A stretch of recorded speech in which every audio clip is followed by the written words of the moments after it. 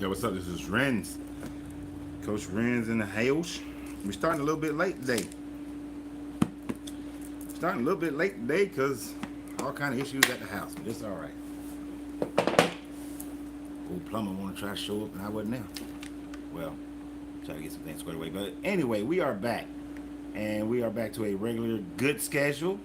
So we'll be on here. You know, this is our Monday where we go through what's wrong with the Bible. Of course, tomorrow, Tuesday, we talk about relationships, and then Thursday we go back to spiritual things on Thursday. And today we are back into our what's wrong with the Bible. We're in Exodus 9 and 10 today. If you have questions or statements, let them pertain to the subject matter to which we're talking about, and not go off to the left or anything of that sort. We can do that afterwards when we finish these two chapters. If you have other questions, other things we want to talk about, then we talk about those things. But asking me questions that don't pertain to the subject matter will get strictly ignored. I want to thank everybody who supports the channel, whether you support it through Patreon or you do donations of stars on Facebook, donations on super chats on YouTube. I appreciate it. Thank you. It supports the channel and it allows for the channel to go, hey Debbie, how you doing? Nathaniel. I am enjoying the new year. If you saw my video yesterday, the new year was yesterday. The spring equinox is the new year, not this January bullshit. But yesterday was the new year. So happy new year to everybody. Happy new year over on YouTube. Happy new year. Happy new year on Facebook. Happy new year on TikTok. Happy new year, everyone. And see, a person's already telling me to go read something that ain't got nothing to do with what we're doing today. I don't even know why they're here. But it's all right. We're going to let them be here. We're going to let them be here because you know what? They can get ignored just like everybody else. Because if you can't obey the rules, then what the hell you here for? You talk about stuff later. They tell me to go read something. Man, just say what it is. Why can't you just say what it is? Now, as you know, just as a little recap, we had Exodus 9 and 10, you know. We had old Moses showing up there, even though he was told that Pharaoh's heart would be hardened and that sort of thing and all that. But you know, God is the one, this God is the one who hardened Pharaoh's heart. And I want to remind you guys of something. In this whole process, this is a henotheistic belief system. This is when people believed in their God, but they also believed that other people's gods existed as well. But even in the writing of this, the writers are acknowledging that other gods exist, which is why this guy would say that these are my people. And I know today people take that as to use there's a separation between the Israelites and everybody else, and they sought out to be a special group and all this kind of BS.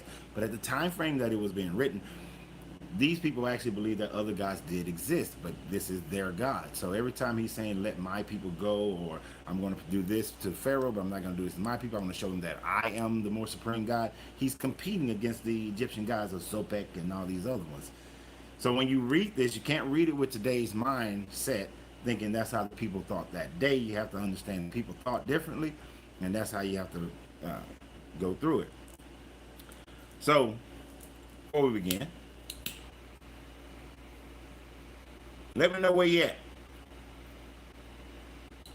I'd like to know where people are as we go. And, I'm the owner of Smoking Phoenix Cigar Lounge, so I have my cigar all the time. But I thank everybody for being here.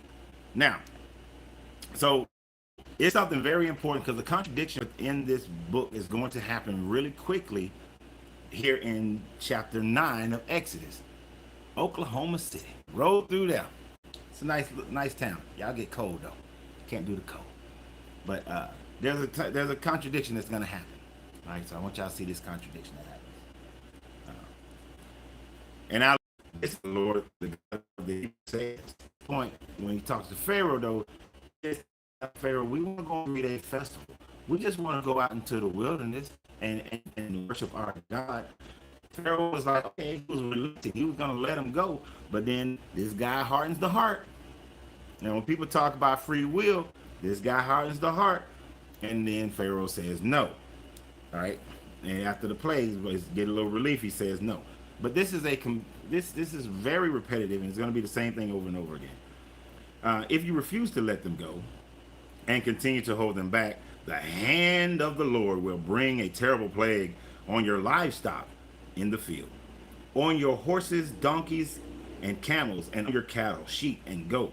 But the Lord will make a distinction between the livestock of Israel and that of Egypt, so that no animal belonging to an Israelite will die. Now remember, the Israelites up there in Goshen, they've already been separated.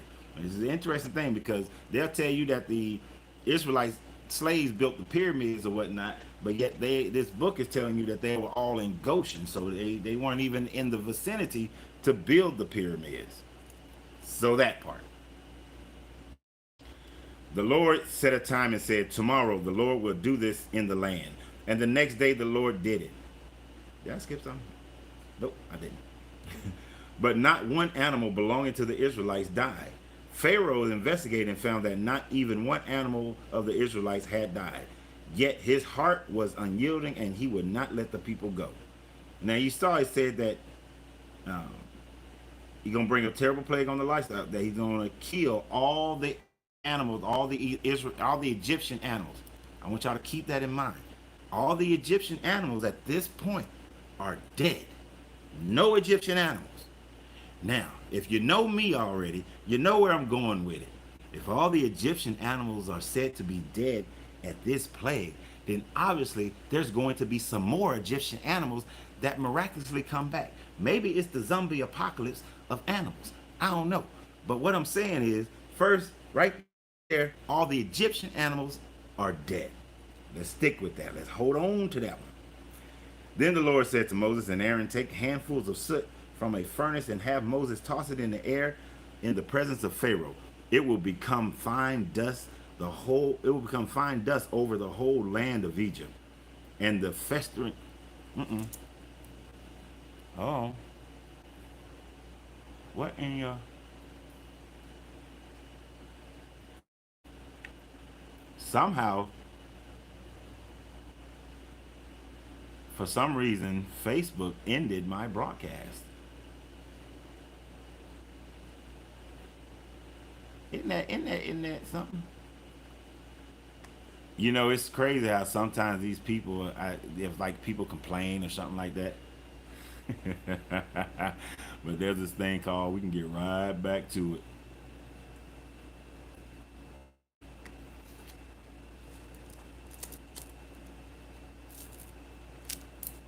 Y'all give me a second here. We can't let the Facebook win.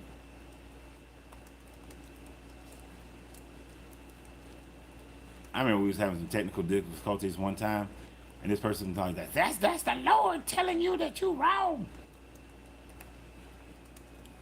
People would take anything and make it into something. Now, honestly, I am doing Facebook on somewhere where I didn't do it before. Usually, YouTube is on my laptop, and Facebook is on one of my other phones. It's all right. We back in. I don't know what happened to your Facebook. They tried to get rid of you, but you're back. But you're back. I didn't touch nothing on Facebook, but it decided it wanted to try to kill it. All right, so let's get back to it. So they went to the furnace, they got some dust, poof, they threw the dust up in the air in front of Pharaoh, and it will become fine dust over the whole land of Egypt. And festering boils will break out on the people and animals throughout the land. What animals? What animals about to get some festering boils? Right? What animals about to okay. My man here said, what do you mean what's wrong with the Bible? Here's a contradiction in the Bible.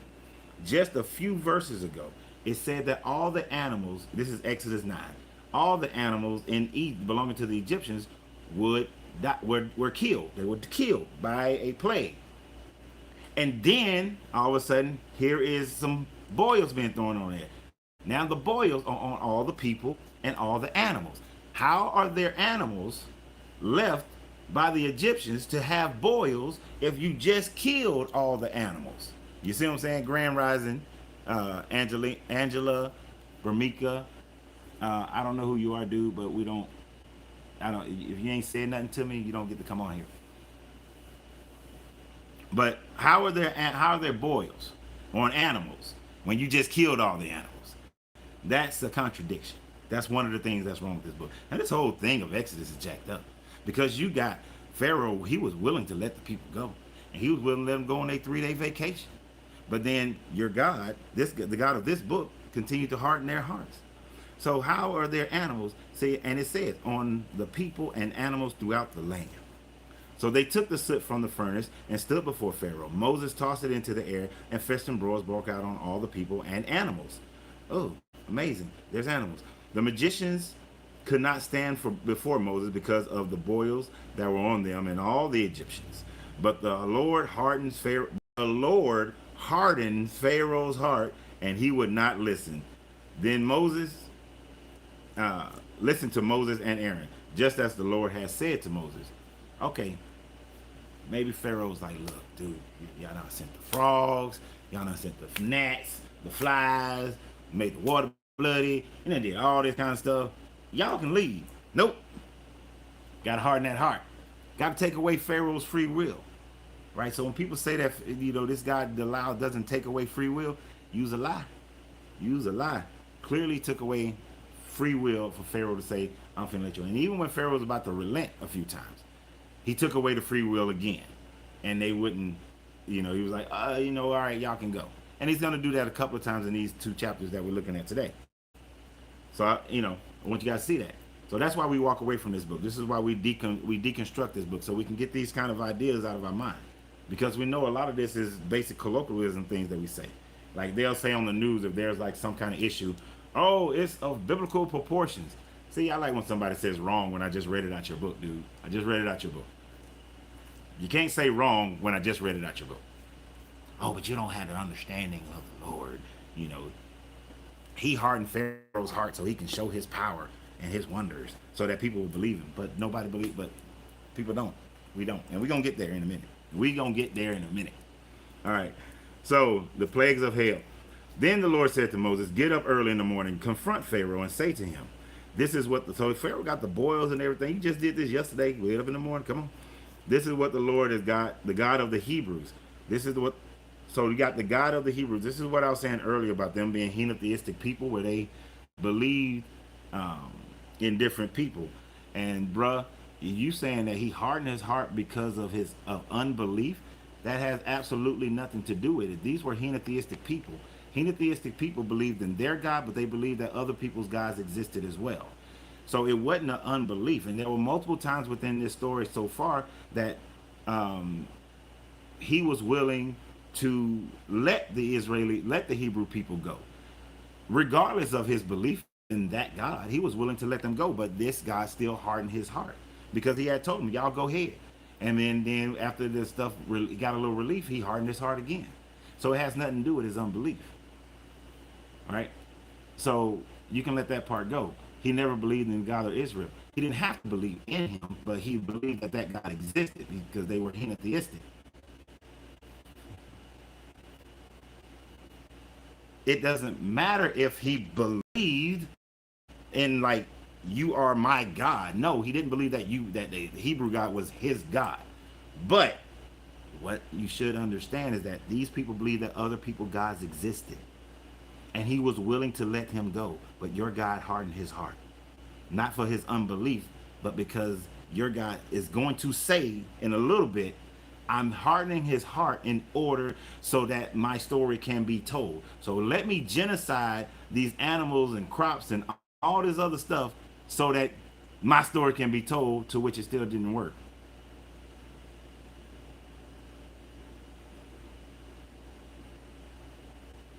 Four and 30 years of captivity expressed into a couple of chapters, and you think you know or fully understand.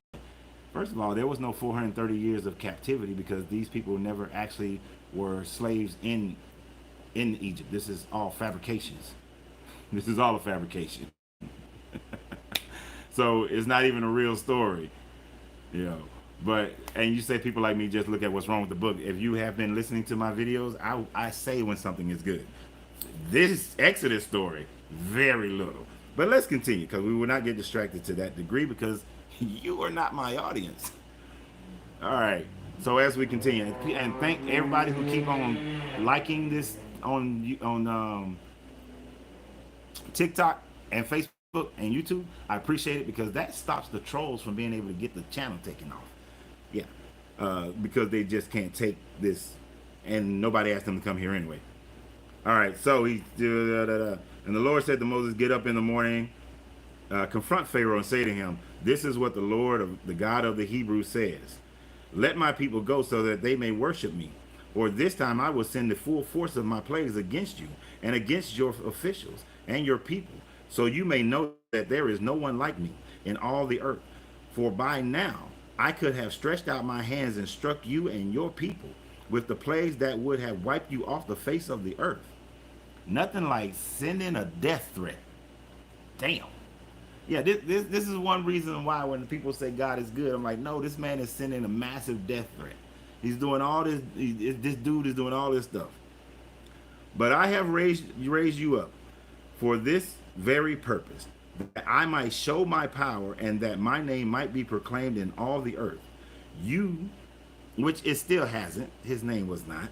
You still set yourself against my people and will not let them go. Therefore, at this time tomorrow, I will send the worst hailstorm that has ever fallen on Egypt from the day that it was founded till now.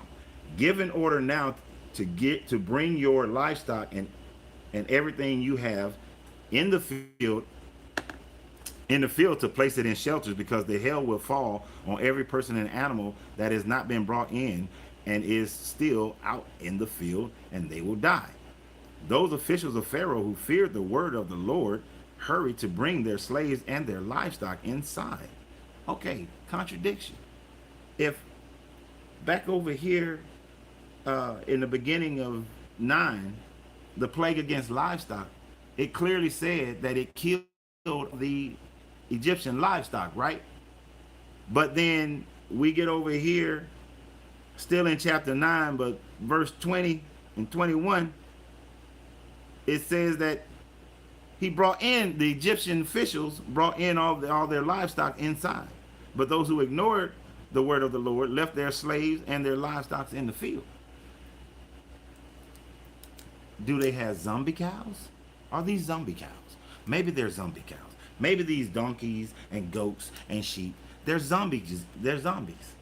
Because if you killed them a few days ago, weeks ago, you killed all of them. How you got some more? How you got some more?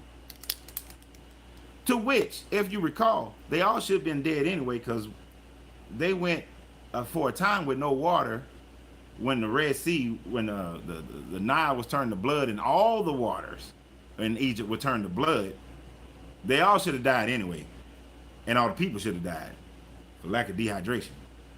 Then the stankness of the frogs and the flies. You got maggots, you got diseases and stuff that's going on around here, and the boils. But this is an easy contradiction within. I can understand to a certain degree that when Genesis says something, but then you get to something like Judges and it says something else. Those are writers from different, like, hundreds of years, maybe 1,000 years different time frame of writing, and they may contradict each other because cultural differences and so on and so forth.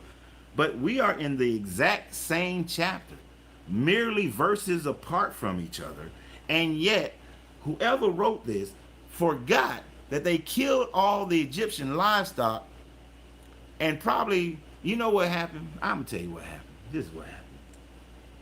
They were sitting there and they wrote this first part, and they said, yeah, this is gonna kill all the Egyptian livestock. And then his wife came in. She said, hey, we supposed to be doing dinner over at just, what's the name of the house? You need to stop. And he stopped right then, because he was like, all right, baby, let's go. But then that next day when he came back, he started writing again. He forgot that he had just killed all the Egyptian livestock. So he thought it was a good idea to, when the hailstorm comes, it'll add more drama to it if we say all the livestock gonna get killed. And some of the Egyptian officials, they believed it, and then they brought theirs in. So he just forgot because he had to go to dinner. That's the only reason. He had to go to dinner. That's why this contradiction exists in this book. But you would think that when Hezekiah, I'm just fucking around, just messing around. But you would think that when Hezekiah and what other dude? I keep forgetting his name right now. But when they edited this Old Testament, when they was editing the Torah and putting it together and went through its redactions, you would think they would have caught this obvious contradiction. You would think that through all the edits that this book has went through, that they would have caught this contradiction. But I guess they expect people to believe it regardless. They expect people to not pay attention regardless. And then, of course, there were a couple thousand years, well, not a couple thousand, but at least a thousand years where the people weren't allowed to read this book, right? So you couldn't help, you had that situation where most people couldn't read it, so it didn't matter if this contradiction existed because people couldn't read it. But now that we can read it, we can see the contradiction ourselves. And this is one reason why you have so many splits and divisions, and you got people like myself and others who are deconstructing this book and walking away from this religion, because if you're supposed to be the perfect word of God, then you would not have these contradictions. And this is a simple contradiction within itself, So, and it's a simple thing. And I know most people with their cognitive dissonance at this point would say, but the only thing that matters is that I believe in Jesus. It doesn't matter if there weren't slaves in Egypt. And it doesn't matter if Exodus is just a metaphor or it's an allegory. It doesn't matter. All as long as I believe in Jesus. And that would be their scapegoat in order for them to ignore all the genocide and all this mad maniac stuff that's going on in here. But let's continue. Then the Lord said to Moses, stretch out your hand towards the sky so that hail will fall all over Egypt, on people and animals, don't know where they came from, and on everything growing in the fields of Egypt. When Moses stretched out his, I thought he already, no, that's going to be another contradiction. In the fields of Egypt. When Moses stretched out his staff towards the sky, the Lord sent thunder and hail and lightning flashed down to the ground. So the Lord rained hail on the land of Egypt. Hail fell and lightning flashed back and forth. It was the worst storm in all the land of Egypt since it had become a nation. Throughout Egypt, hail struck everything in the fields, both people and animals. It beat down everything growing in the fields and stripped every tree. The only place it did not hail was the land of Goshen, where the Israelites were. Notice it kept on saying animals, right? But all the animals are dead. It's a guy. What did All right, man. If it's a guide for you, let it be a guide for you. So as a guide for you, this book says that in Leviticus, it tells you that if a young girl is raped and the rapist pay the father 50 pieces of silver, that the rape victim has to marry her rapist. So let that guide you. I'll let that guide you. And you believe in the whole law, that's part of that law. So I'll let that guide you. Yeah, you can be guided by that. Yeah. We'll get down with that. So we saw repetitively that whoever wrote this forgot that he already killed all the animals. So he kept on, he doubled down. But it's a good little narrative, right? Then Pharaoh summoned Moses and Aaron. This time I have sinned, he said. To them, the Lord is in the right, and I and my people are in the wrong. Pray to the Lord, for we have had enough thunder and hail. I will let you go. You don't have to stay any longer. Pharaoh is relenting. Y'all can go. Now, he's done this before. He's done this like three other times already, where he's like, y'all can go. But Moses replied, when I have gone out of the city, I will spread out my hand in prayer to the Lord. The thunder will stop, and there will be no more hail. So you may know that the earth is the Lord's. But I know that you and your officials still do not fear the Lord God. The flax of barley were destroyed since the barley had head and the flax was in bloom. The wheat and spelt, however, were not destroyed because they ripened later. Now, the interesting thing about that is that this part is in quotation marks, right? I mean, not quotation marks. It's in the colon. Then here was added later. It was added as an explanation. It's not in the original text. This was added. Then Moses left Pharaoh and went out of the city. He spread out his hand towards the Lord, and the thunder and the hail stopped, and the rain no longer poured down on the land. When Pharaoh saw that the rain and the hail and thunder had stopped, he sinned again. He and his officials hardened their hearts. So Pharaoh's heart was hard, and he would not let the Israelites go, just as the Lord said through Moses. But remember again, it keeps flip-flopping. It keeps flip-flopping, saying that, Pharaoh hardened his heart. No, God hardened his heart. Then God hardened his heart. Then Pharaoh hardened his heart. But the whole thing is, this guy hardened his heart because he wanted to show his power. He wanted to kill a bunch of people and a bunch of animals because he's a maniac. He's a maniac, man. The reason I have a problem with Christianity is the Christian order. As a woman, I have no voice. I grew up in more non-religious homes. Yeah. And you should have, Angela. I was thinking about that yesterday, how women don't have a voice. That they subjugated women constantly and consistently, but yet women make up the majority of the church. Make up the majority of the church. You spend the majority of the money that you're giving to the church, and yet you have very little voice.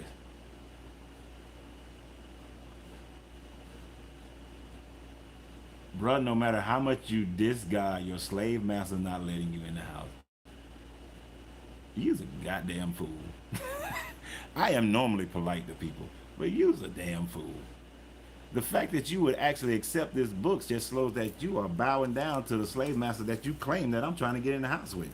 If you knew anything about me, you know that I'm preparing to leave this damn country. But you want to call me...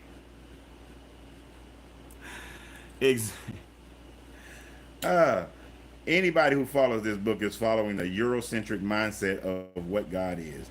You can claim that it was about black people, written by black people. You can claim that all you want to.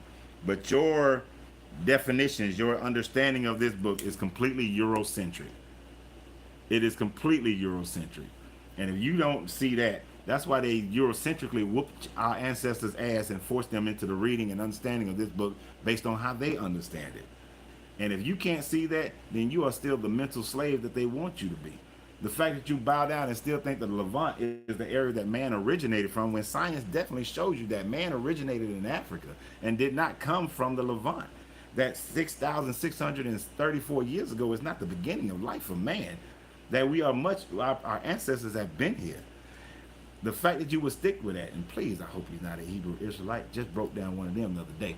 But the fact that you probably think that the people who were sold into slavery over here were all Israelites, or that it was Israelites who had first came to America before anybody else, and those were the slaves over here, and that they trying to steal that from you, shows that you are just ignorant and trying to hold on to a religion because it's been popularized, and it is one of the main religions in the world, and you got to make it fit for yourself, because otherwise you can't find your true identity just by looking inside yourself. You see, I don't need a nation, I don't need a country, I don't need none of that bullshit to identify who I am. I am me because I decide who I am. And I don't have to have it grab onto a religion to decide who I am.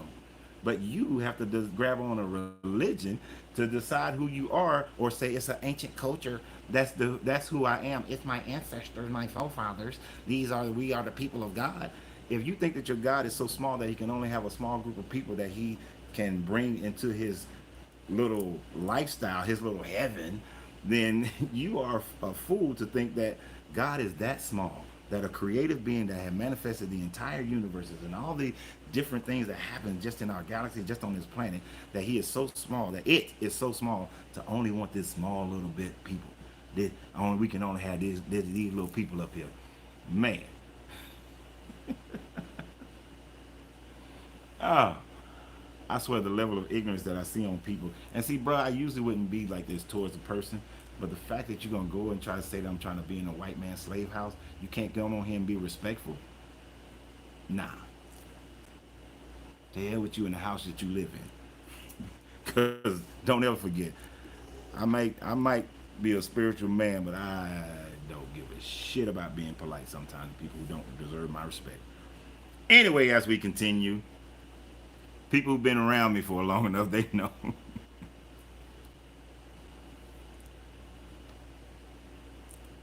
Where we at? 10. All right, we're gonna get on 10. Then after we get from 10, then I can go into it. Yeah, I know you saw that. My bad. Then the Lord said to Moses, "Go to Pharaoh, for I have." All right. Didn't the book just say Pharaoh? So Pharaoh's heart was hardened, and he would not let the people of Israel go. So it says he and his officials hardened his heart, right? That's what we just read. He and his officials just hardened his heart. Start out in 10. Then the Lord said to Moses, "Go to Pharaoh, for I have hardened his heart." Okay, who in the hell is hardening his heart? Right? Is Pharaoh hardening the heart? Or is this God hardening the heart? Who hardening the heart? Who taking away the free will? Who is taking away the free will? So for those who are into the deconstruction of this so that you can actually find the greater versions of yourselves beyond this and not have to have these attachments, when they say that there is free will, go to this part, the end of chapter 9 of Exodus and the beginning of chapter 10. And it goes a contradiction of who's hardening the heart. Is it Pharaoh or is it this God? But in chapter 10, at the very first part, I have hardened his heart and the hearts of his officials, so that I may perform these signs of mine among them, that you may tell your children and grandchildren how I dealt harshly with the Egyptians and how I performed my signs among them, and that you may know that I am the Lord. Now, a couple things about this part. The first part is he's saying that so you can tell your children how he dealt harshly with them. Now, as we know, most of the time when people are told this story, they're not given this in-depth version of the story. They're given very broad things, the locusts, the boils, little things here and there. They're not really given a whole lot of information about it. But this story has only been told to the people. This story is only believed by the people of the Abrahamic religion. That's your Jews, your Muslims, and your Christians. That's about half the population on the planet. And that's about only half the population on the planet today. Prior to that, half the population didn't believe this story. So this guy took the slowest possible route to spread his information. If he truly wanted everybody to know, he just show up to the whole world. But no, small group of people in a small little area, I'm gonna make this thing happen. Now, the records in Egypt never show any of these plagues ever happening. They never went through this time frame. If living in America, we went through 9/11. Living in this world, we went through COVID. We saw the economic devastation that had happened with that.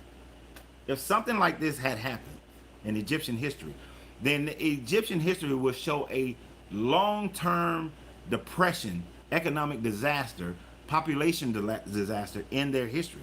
But at the time frame that this supposedly happened in around 1440 in the 1400 BCE, that is actually a time of prosperity with the coming of Tutankhamun and then into Ramses. It is actually a time of prosperity in Egypt. But if these plagues had happened, Egypt would have been devastated. But it didn't. It wasn't. Never was. It was never devastated. And then he's saying that he's doing this to show his signs. And he talks about the Egyptians. Now, this is a personal part. Not that I claim to be that my ancestors are Egyptian, because my ancestors are not Egyptian. My ancestors are not Cushites either. I know exactly where my ancestors come from. My father's family comes from Mali. My mother's family comes from Nigeria. So I don't have any skin in the game, is what I'm saying. Now, people like to say that the Hebrew people were black people, and that's why they are attaching themselves to them. But for those people who do look to Egypt, the Egyptian people, especially at this time frame, were black people. So basically, you're okay with black on black crime. You're basically okay with your book, your God, having issue with other black people, realize that the Cushites were the first one who, the Cushites are the ones who become your Egyptians, your pharaohs, from what we would call, from the area like Sudan and Ethiopia and all that. These are the people that came up and took Kim, the land of the black. These were black people. So when people get all like, oh, you know, you Hebrews, the Egyptians were black as well.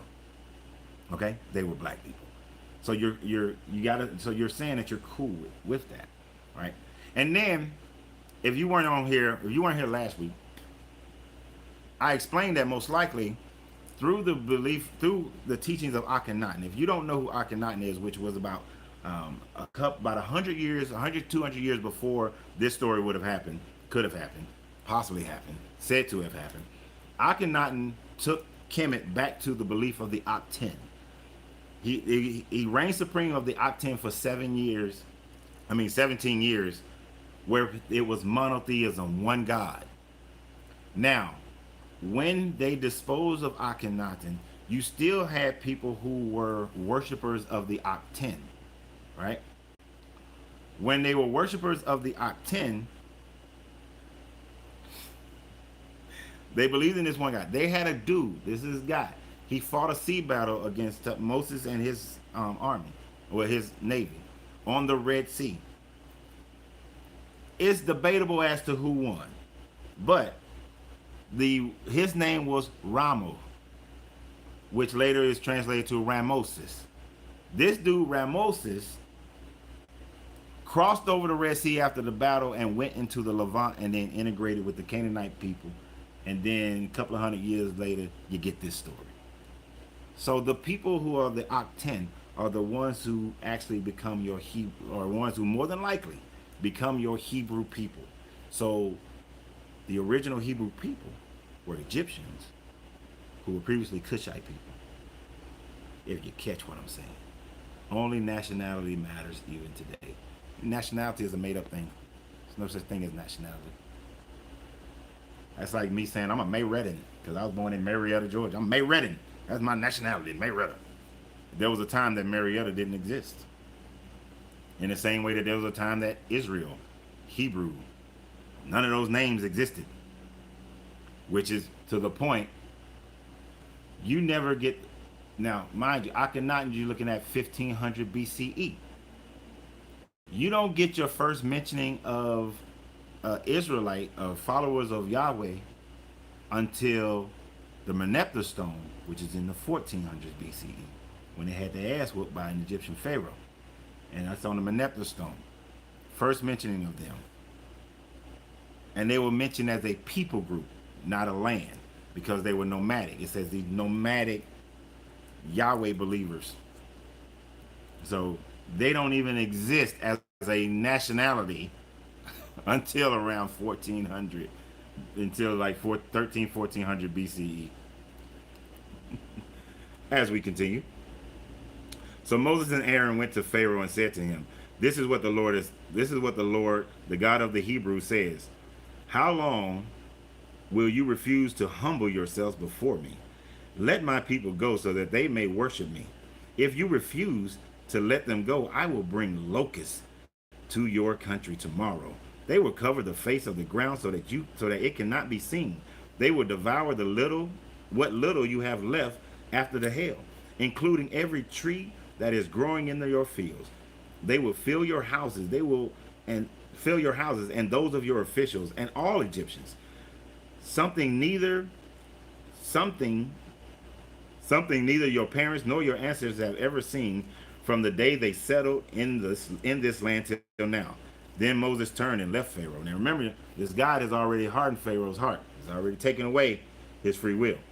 Pharaoh's officials said to him, how long will this man be a snare to us? Let the people go, so that they may worship the Lord their God.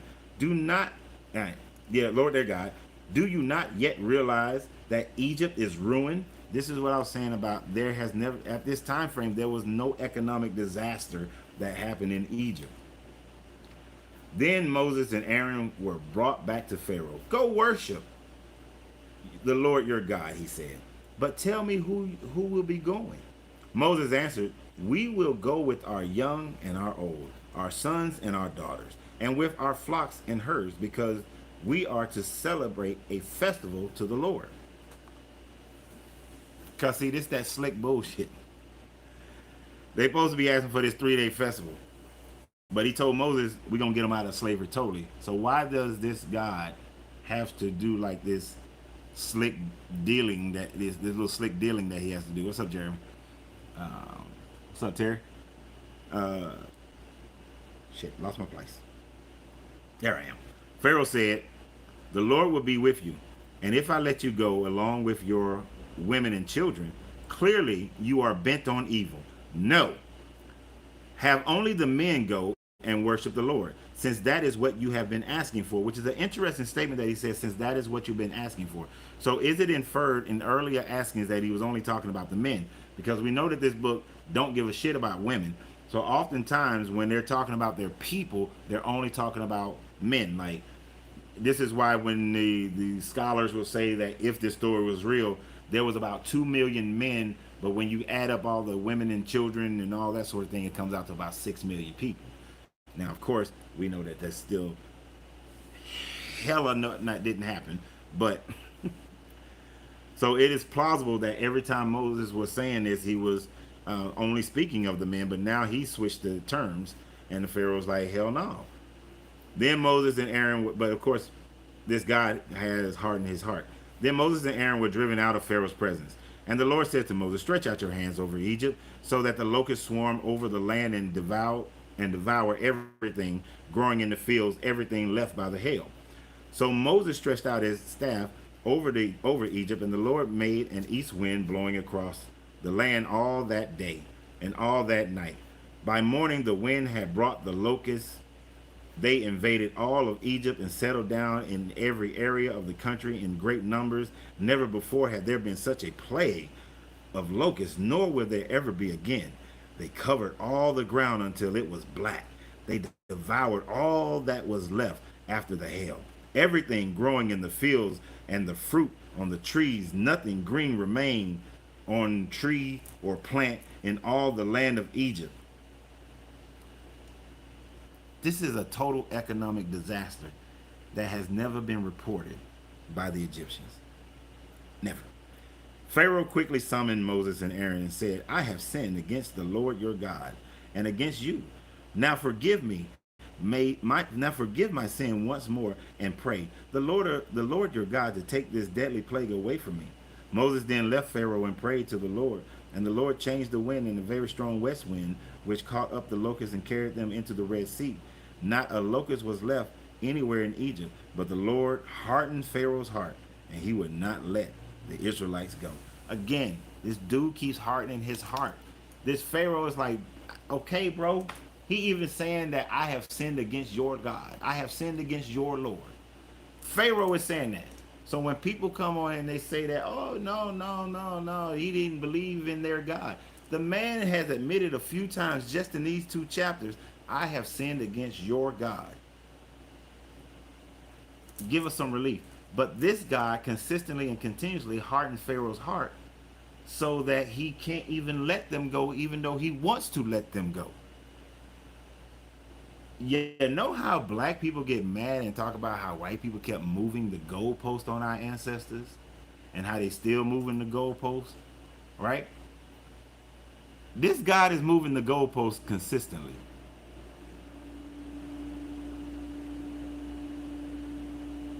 Consistently moving the goalpost. What bad report did the Egyptians write on their walls? The Egyptians wrote about when they was defeated by different military armies. They talked about different revolts that happened in their kingdom. They talked about when they had a drought and they had a famine 1,000 years before the Joseph story with King Joseph. So this whole idea that they never wrote anything bad, they wrote some stuff that didn't go so well. So you can just dispense with that one. That shows that you haven't researched it. You just listen to what other people said, right? A little cedar oil would help with the bugs. I love my people sometimes. Y'all about as y'all say like crazy stuff as I do. All right, so you got rid of Logan. Now this part is very. This is the last little part for 10, and then we can just have free conversation after that. Until somebody comes. Y'all know the rules. When somebody comes to the cigar lounge after 12 noon, I gotta let them in, and then it depends on who it is. That determines our continued conversation. You know, if it's Greg or Ty, we're gonna keep talking. But if it's some of them other ones, you know, I respect the lounge for it being the lounge. Then the Lord said to Moses, stretch out your hands towards the sky, so that the darkness spreads over Egypt. Darkness that can be felt. So Moses stretched out his hands towards the sky, and total darkness covered all of Egypt for 3 days. No one could see anyone else or move about for 3 days. Yet all the Israelites had light in the places where they lived. This is a hell of an astronomical phenomenon. I mean, this should have been reported all over the world, that the Sumerians, the Babylonians, the Assyrians, the Kush, the Phoenicians, you know, during this time frame, you had like proto-Greek societies who were charting the stars. You got people, the Chinese were charting the stars at this time frame. My father's ancestors, the Mali, were charting the stars at this time frame. Certainly, they charted this time when 3 days of darkness covered the land. Except for the Israelites had some light. I guess they had some electricity or something. But when did this thing happen? Yeah, we can get to that one a little bit, Ladybug. But yes, they did have a pantheon of gods, the Egyptian. The original Hebrew, what she was saying on YouTube is that the Hebrew people had a pantheon of gods, to which they originally did because they weren't monotheistic originally. But yes, my man said that when did the Egyptians write anything bad? How could the Egyptians write about the Israelites when they died in the water?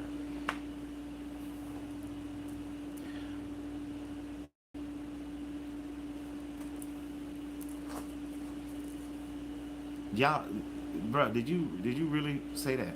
Did you 85 films? Did you really say how could the Egyptians write about the Israelites when they died in the water? Okay, first of all, they would have wrote about it while it was happening. This all stuff didn't happen like in a week.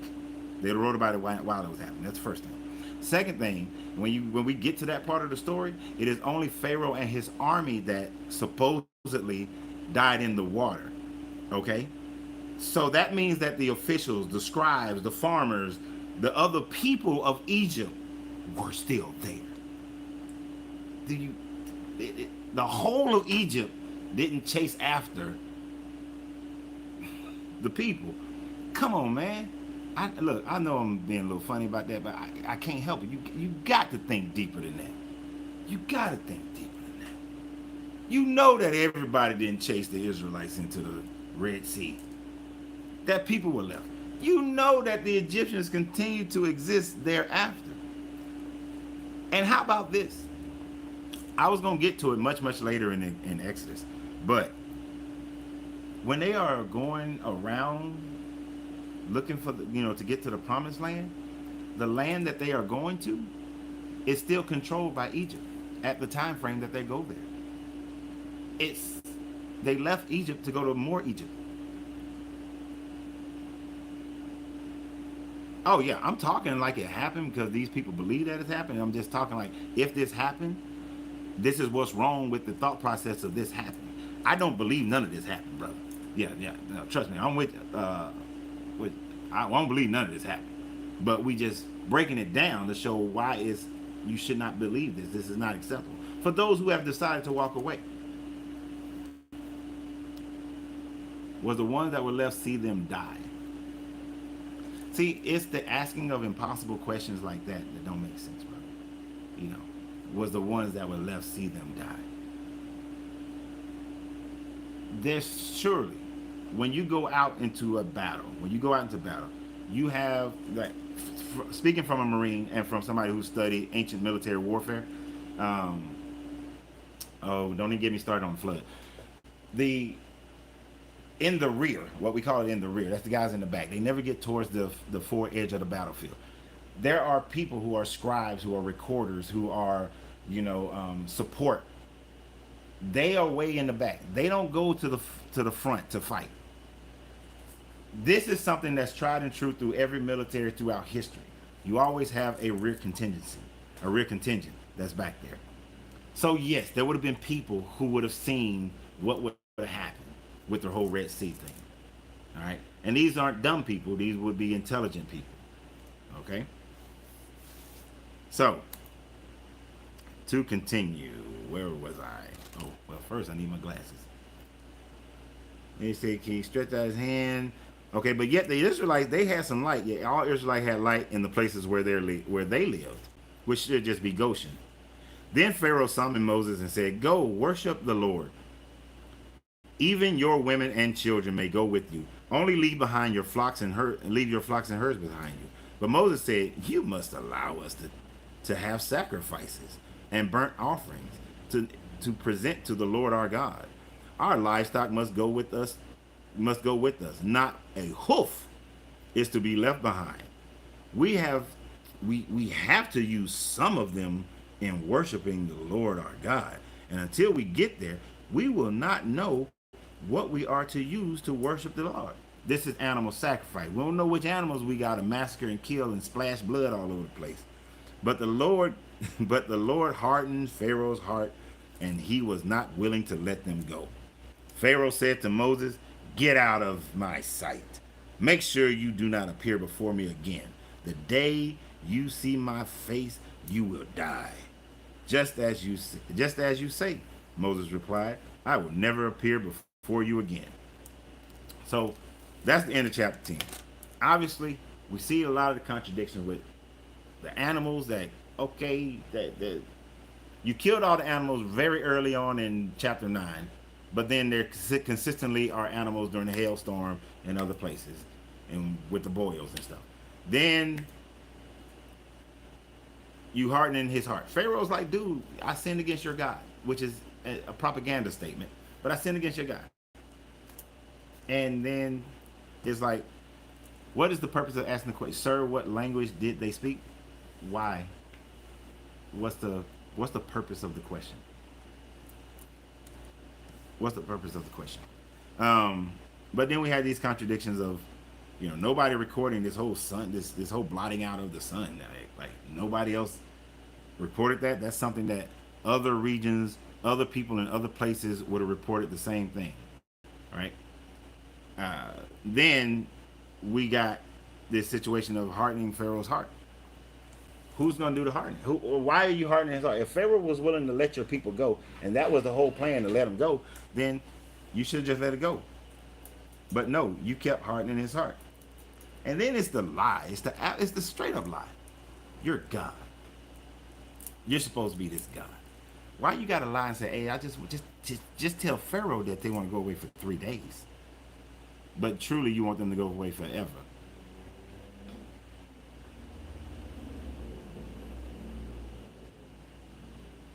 All right, so now we're in our free talk time frame.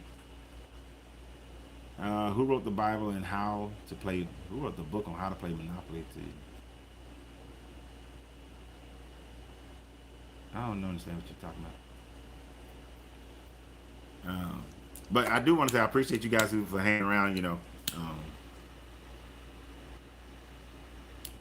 I try to make it as entertaining as possible because one, that's just my personality, and it sounds like spell work. Exactly, it does sound like spell work.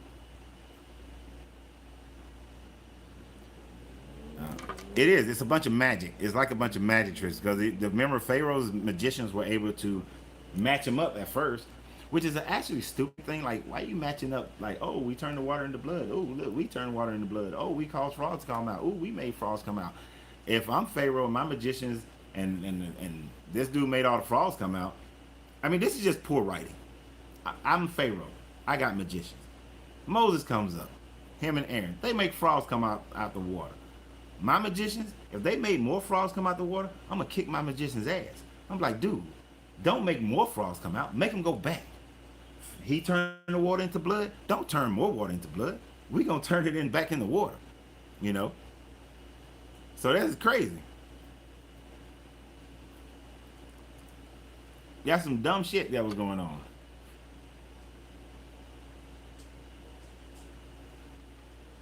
What the hell was that? Oh, look, dude. What are you talking about? Who wrote the book on how to play Monopoly to death with free natural resources? You know, you saying stuff. It's allegorical writing. It's code for the Son of Man to reveal only. It's allegorical writing for a religion that is just created by man. There is this whole idea of Son of Man. There is no Son of Man, right? You are your own salvation, so to speak. You don't need an outside entity or force to come and grant you salvation. You don't have to hold on to dead stories from dead books.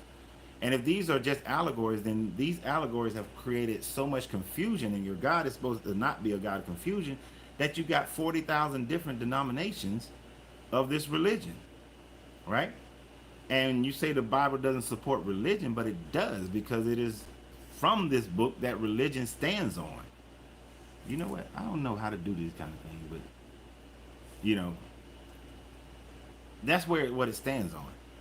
And people are trying to separate religion from the Bible because they see all the damage that religion does and has done. And so they want to say, I'm just spiritual, I'm not religious. But I'm 51 years old.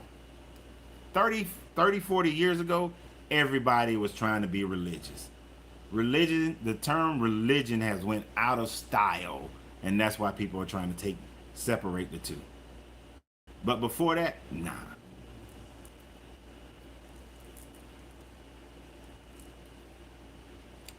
Dude, see, that's not a good question. See, the way you're forming that question, you're mixing it up.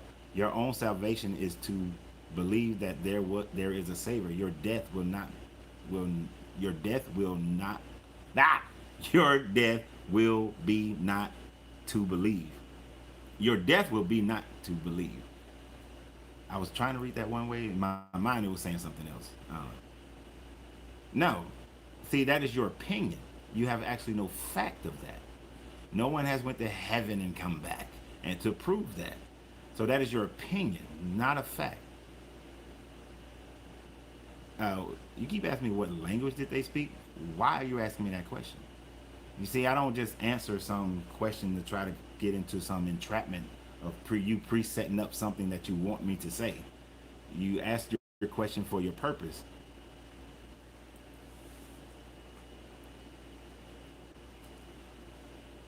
You're in heaven right now, and you can be. Now, that's the smartest thing that you've said, as far as I'm concerned. You said some smart stuff, don't get me wrong. But that's the best thing that you said. So let me not say the smartest thing. That's an incorrect term. That's the best thing that you have said, God to Jones, that you're in heaven right now. That is right, because heaven and hell is present. It's you determine your heaven and hell right now. You determine it. Now, I agree with the part about religion, but religion is used to control the masses. Exactly, it is. Religion is used to control the masses. It's always been used to control the masses. But as we have elevated and grown in our culture and our morality today is better than the morality of those people back then, people have recognized that they need to separate themselves from religion. And so now they're trying to say that the Bible is not a book of religion, but it's a guidebook, it's a book of allegories for this, is that, is third. Now they all creating further separation by determining what it really is today. Instead of just recognizing that it's a book that was written by a bunch of people to create their own history who didn't have one. Because the Israelite people didn't have a history, and so just like how the Romans took on Greek antiquity, the Hebrew people took on Sumerian and Babylonian and Egyptian antiquity and made their own history. And then within that history, they created propaganda. Like this whole story of Moses is a propaganda story. It's a propaganda story to create fourth patriarch, but their third major patriarch.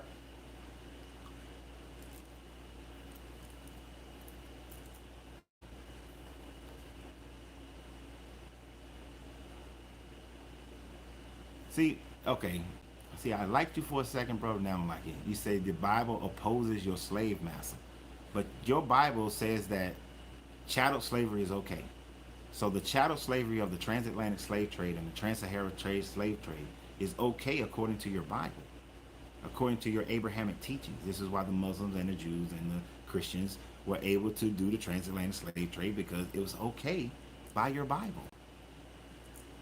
So your slave master, yours, because you're still trying to hold on to this book, is cool with that trans-Saharan transatlantic slave trade. Nah, you know I'm doing my goddamn video. Stop calling me. Okay. I ain't got time for that. Yes, it is all used to control people and make sure that I'm not missing too many of my people. Are you just figuring out how to do this? Cool. That's what's up.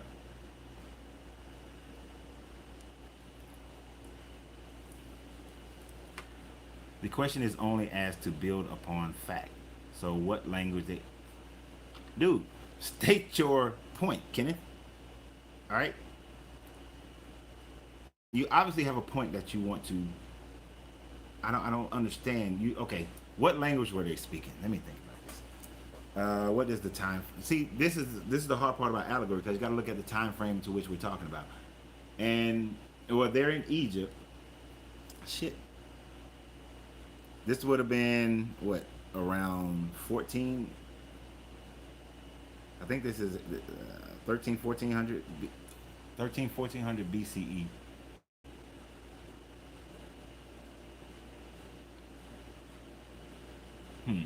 If they were Hebrew, they would have been speaking, well, they would have been speaking an ancient Paleo-Hebrew Semitic language. The Egyptians at this time frame, I see Akhenaten's family, Ramses, Tutankhamun. What language would they have been speaking? Hey, you got me thinking about what language they would have been speaking. No, it wouldn't have been Arabic. Arabic hadn't come around yet. Oh, you're saying it wasn't Arabic? No, Arabic wasn't around yet. So you didn't have that. Hell, right off the top of my head, I don't know. I have to say. I don't think it would have been Aramaic. Aramaic wouldn't have been spoken. I don't think it would have been Aramaic. Because we're talking about a time frame where the Hebrew people would have been brand new, so they would have been speaking an Egyptian, or at this time frame, I think Assyrian or Akkadian languages.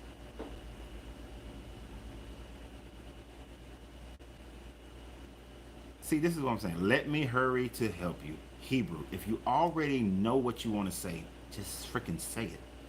Right? What's the point? What's the point of going through that exercise if you already had a statement that you wanted to make about what you think they were speaking at the time frame? Like, I'm very matter of fact. I'm not trying to be rude, Kenneth, but I'm just very matter of fact. Ain't got time for bullshit. Like, if there's something that you want to say, just say it. But let's play this little game so I can see if you know something. I don't know everything. I'm never going to know everything. No one knows everything. But if you have something that you want to add to the community, then just freaking add it. And let's not play the game of, oh, let me see if I can make him look like he don't know something. There are plenty of people who can come on here and ask me a question and I don't know the answer. The only difference is I know how to say I don't know. But it does nothing to my level of understanding of what I do know. Exodus 21 and Leviticus 25 rocks the slavery manual. It sure does.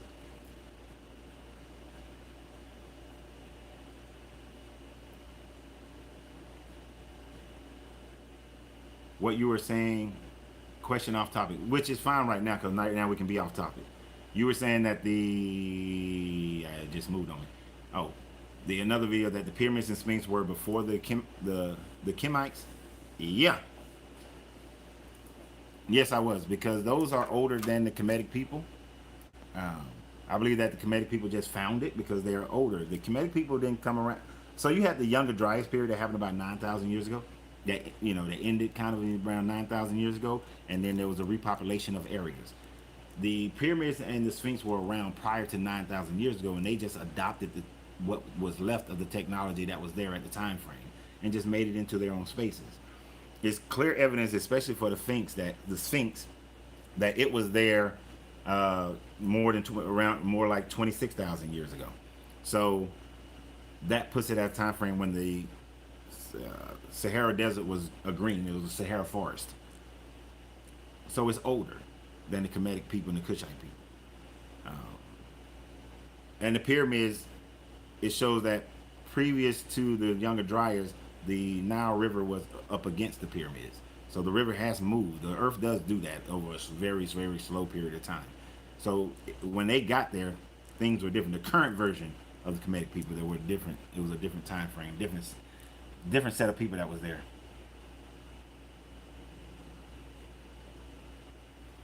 So you want to help, no harm. Okay, so that's what I was asking you earlier. I said, just tell us what language they were speaking. But going through that whole exercise is, for me, it's irritating. Yes, the Sphinx is older than Dynasty 1.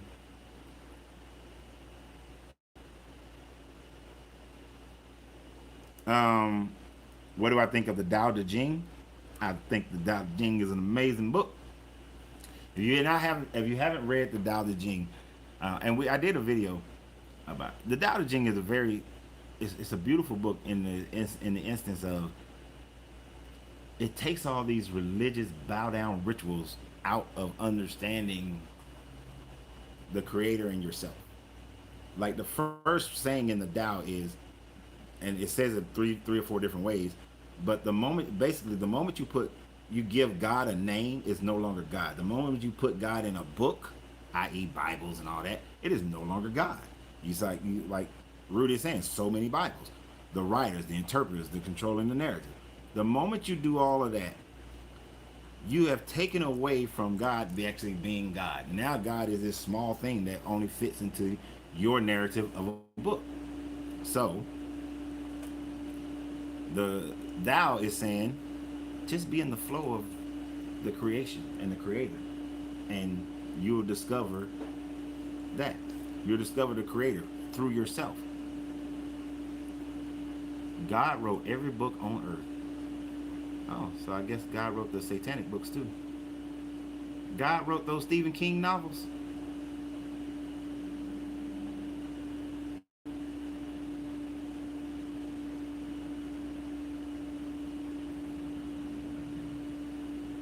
Now this is interesting. In my studies, I didn't realize that distinct timeline. I'm not sure which timeline because I was running my mouth. The evidence of the hundreds of chariots in the Dead Sea has been proven to be a hoax. If you go and research that, what you'll see is that it was a satire page that first reported that, and that satire page, and they say that it's satire. If you look at the bottom of that, go look up that article about the chariots being found in the Dead Sea.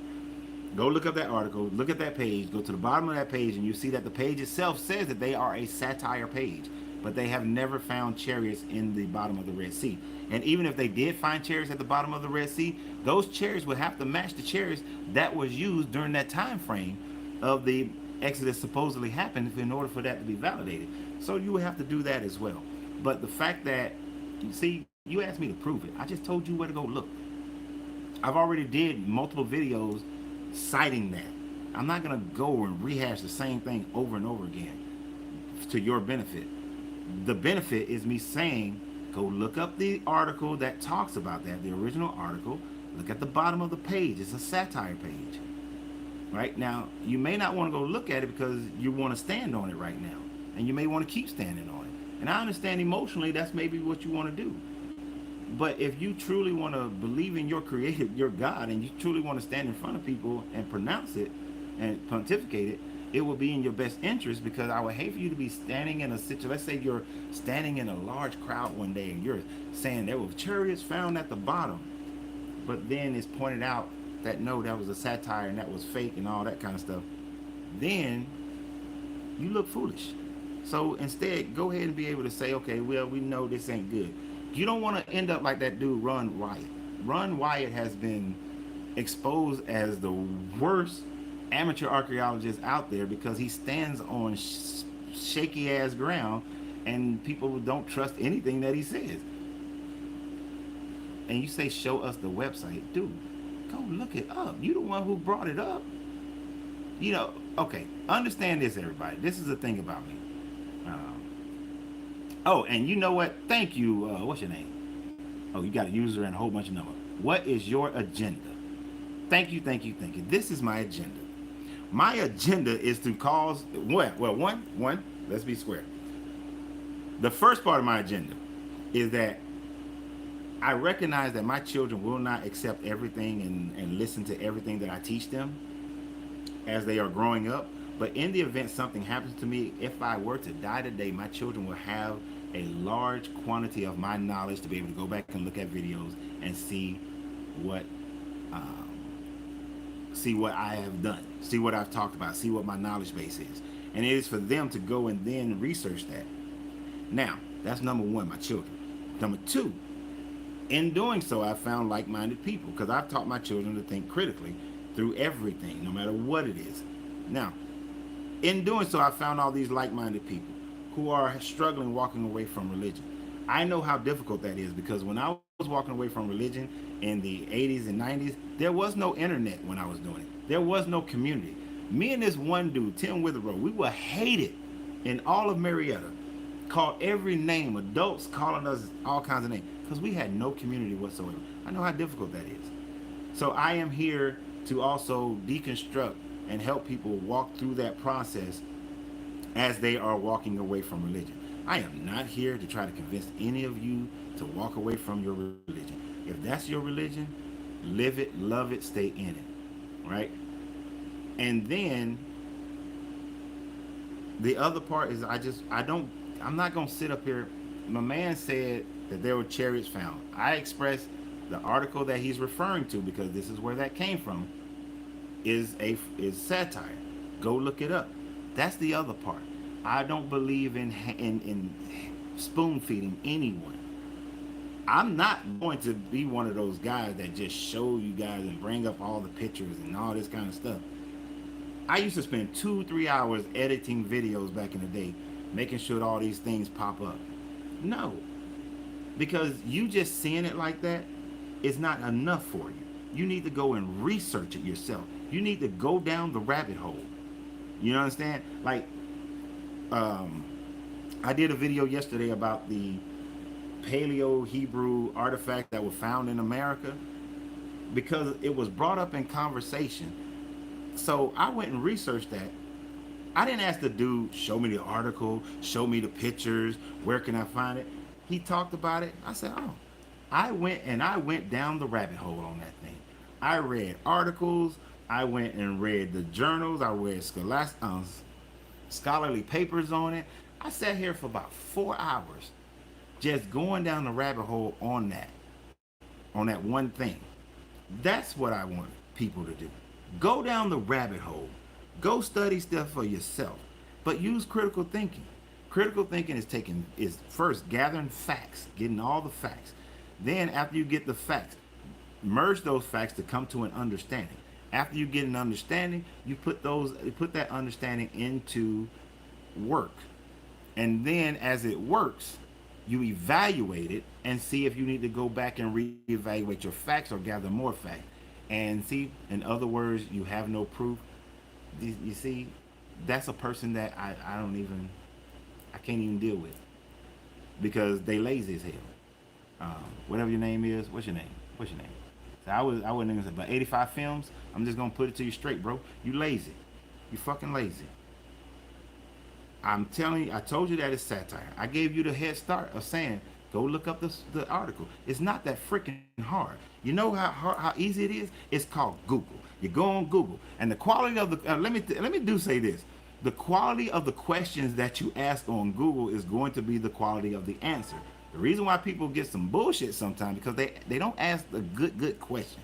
Be a little detailed in your questioning, and you'll get a better sources. And be willing to go past page 1.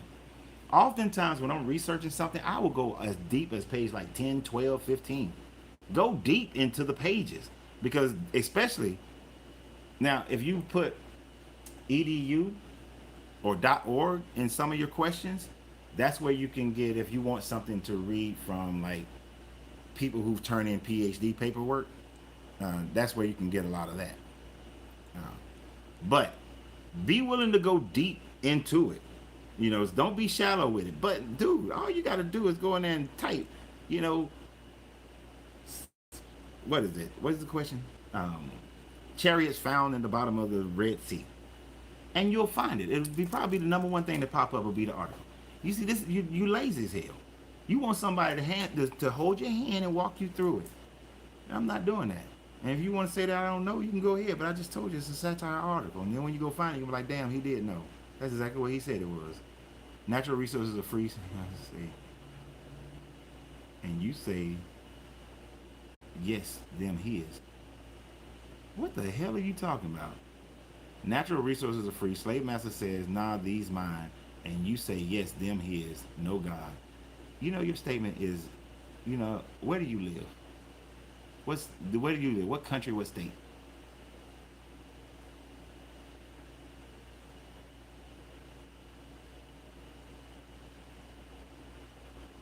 Where do you live, sir? You know, it don't matter where you live. It don't matter where you live. It don't. Because he said natural resources are free.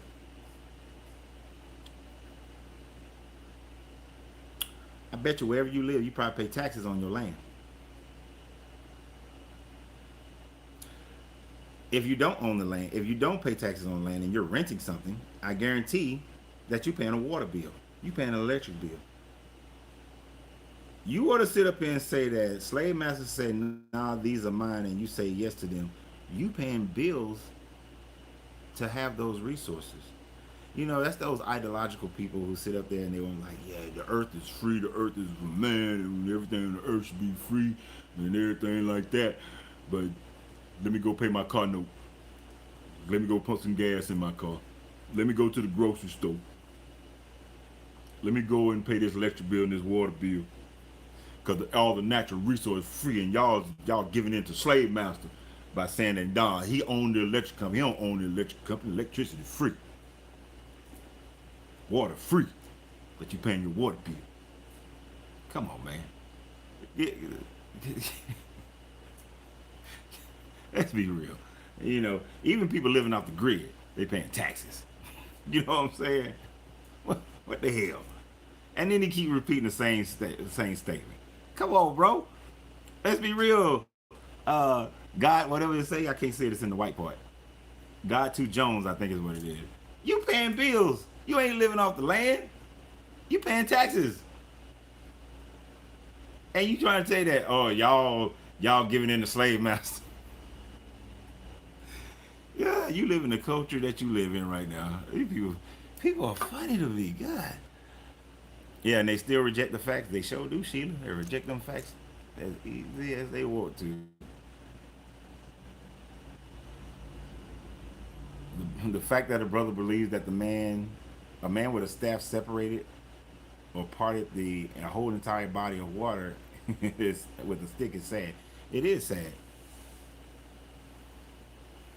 It is a very sad thing. Because, and then it's like, of course people would read, but you know, people legendize stories. The followers of Aten, in order for them to separate from Egypt, they had a battle on the Red Sea. And that's when they separated from Egypt. And then the stories get bigger. You know, just like the Jesus story, it gets bigger and bigger. You know, when you read the Gospels, he start out on a couple of miracles. Then by the time you get to John, he got 11 miracles. Nothing wrong with the Bible. What? Nothing's wrong with the Bible. Something's wrong with the people. Come on, man. This book is so jacked up. You telling me that the slavery that this Bible talks about, there's nothing wrong with that. The genocide that this Bible talks about, there's nothing wrong with that. The treatment of women that this Bible, there's nothing wrong with that. The sex slave wives, there's nothing wrong with that. The murders, there's nothing wrong with that. This is what you're telling me. That there's nothing wrong with this Bible, but there's something wrong with the people. Come on, Kenneth. Come on, man. Don't fall for that. I know they. Look. The only reason people hold on to this book is because they believe that their salvation to go, their possibility of going to heaven is tied to this book. That's the only reason people hold on to it. Let's be real. If it wasn't for the fear of hell and the hope of heaven, nobody would accept this book. You would read this book and you would see all the BS in this book and you'd be like, oh, hell no, I'm not following that. But because you've been trained since birth, or you had something happen, you went to jail or something, and some kind of conversion happened, you know, your life was going horrible, and then somebody came to you and was nice to you and they was Christian, and all of a sudden you converted over. Other than that, you would not hold on to this book. But because you are in fear of hell, it's the only reason you hold on to this book. If you took that out of the picture, and I gotta tell you, ever since I realized that there's no such thing as hell, and I don't have a fear of death, I lost that fear of death.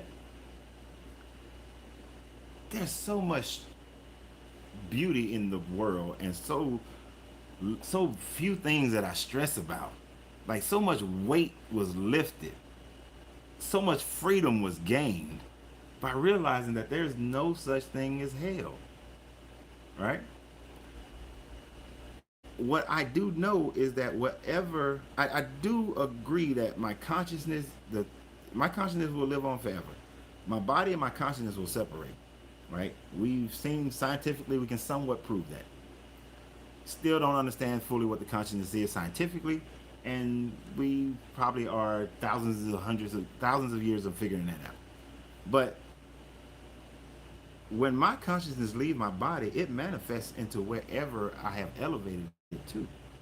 If you have not elevated your mind, in my opinion, this part is my opinion, in my opinion, your ass is coming back to earth. And you're going to do this all again. But it is until you elevate your consciousness to understand, like Debbie just said, all in the mind, that the all is mental. The all is energetic mind intelligence.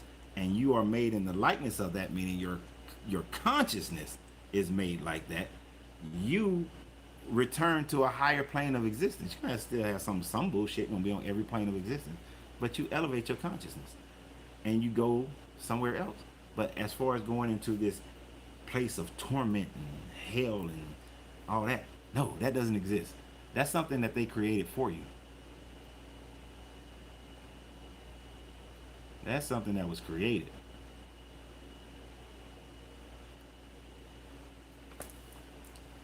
Whatsoever man soweth, so shall he reap. Sure. It's the law of reciprocity. You know, if I don't show up for work, nobody can come in here and buy cigars, and nobody come buy cigars. I don't have any money. Can't pay rent. Can't pay mortgage. Can't pay car note. Can't buy food. Yeah. Law of reciprocity. But if I show up, create a nice space for people to hang out and have great conversations, then we make money. And then, as people here know, before the end of 2024, moving to the islands. I have no reason to stay here on mainland. But yes, all is consciousness. You create and manifest things every day. Every day you are a creator, right?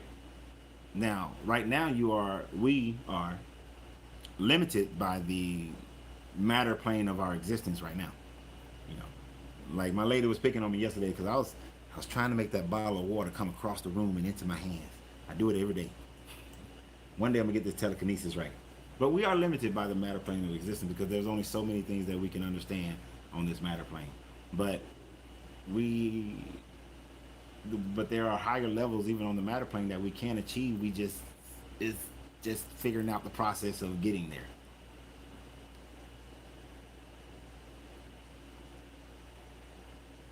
But what you don't have to have is some savior. You are your own savior. Even your Jesus was telling you that is it not written that ye are gods? You are the sons and daughters of God. You know, that there will be others who will come and do greater things than he. Like, if Jesus is supposed to be God, then how can others come and do greater things than he? He's telling you. He was trying to tell you, but of course, people added more shit to it. But the story, at least, of him is trying to tell you that you are no different. He was no different than any of you. He is no different. What's wrong is that it was inspired by God, but written by an imperfect man. You know what? You know what? That is actually a good statement, and I see deeper into the statement of what you probably are trying to get across. And correct me if I'm wrong if this is not what you're trying to get across. Now I want everybody to hold on for a minute. Don't type nothing. Hold on for a minute. Hold on. Hold on. Humble yourself and you'll be exalted. No. This is a very profound statement. I need y'all to hear this. This is a very profound statement. What? And I want to get a credit. You know, I hate how the name of people are all like. Damn. Was it drawn? Is it Dr. Anoel? Dr. A. Noel? Okay, but Dranoel. He said, what's wrong with it? It was inspired by God, but written by imperfect men. He said it was inspired by God, but written by imperfect men. This is one of the first thought processes that I had at a very young age when I was in between the Bible and outside and leaving, right? I still wanted to accept that it was inspired by God, that it is the inspirational word of God, right? And that God was in the mix of the writing of the Bible, but imperfect men then wrote it down. And because men are imperfect, they added their own cultural biases. They added their own nationality biases. They added their own racial biases. They added their own gender biases. So they may have been inspired to write by God, and what was inspired to them was the things that says do not murder, do not steal, do not, do all these negative things, that to love your brother as you would love yourself. One of the best things in the Bible one of the best things the Bible says, husband, love your wife as you would love yourself, for I know not a man that hated his own flesh. Now imagine if every man, it says wives submit to your husbands and that sort of thing. So imagine if every wife submitted to her husband, but that husband loved his wife as he loved himself. Meaning that husband wouldn't beat his wife because that husband wouldn't beat himself. He wouldn't mistreat his wife because he wouldn't mistreat himself. I can't be frozen again. But just conceptualize that. One of the best things that the book has said, one of the best things the book has said, in my opinion. This is why I said earlier, if it says something good, I acknowledge it's something good. And if Christians embodied this would be an amazing thing that could actually draw people to Christianity. Show me pastors who don't, if every pastor, every Christian man treated his wife as well as he treats himself. That would make every wife desire to submit to her husband. She would then desire it. And that was the thought that I had, that it's an imperfect man has put his imprint in this book. And that's why the book is jacked up. Right? That's why it's jacked up. That's why it's messed up. But then further deliberation, I realized that this book is not inspired by a God at all. But it starts out as a copy of the Sumerian story. I was definitely free when I let go of religion. I've been able to respect the beliefs of others. All right, I respect other people's beliefs. It's just, I don't understand why they keep coming here trying to talk to me, though. The submission part simply means conscious, which is the male, and the subconscious, which is the female.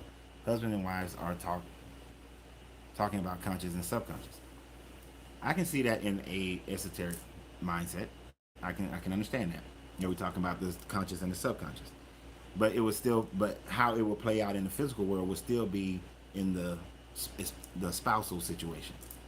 And if you think about it, if a husband is treating a wife as he would treat himself, then the submission is not something is not related to subjugation, right? He would actually be serving her. Why does Facebook keep doing this? he would actually be serving her more so than anything else. So it would be more in a servant leadership role that he would take towards his spouse.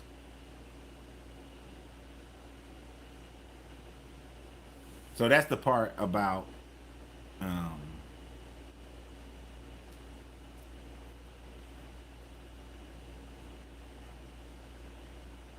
what is that training video? Something I don't know why Facebook is tripping. Oh, no, I no, don't know no, what no, happened no. to your Facebook. They tried. Sorry, but yeah, for some reason, okay, I know I can't use Facebook on my laptop because it keeps on falling off. Whereas on when it was on my phone, it was no problem. The Bible was written by men who fell, inspired by a God concept and a kingship and supremacy. Yeah, it is. That's. I'm with you. If it wants to dominate and control people, and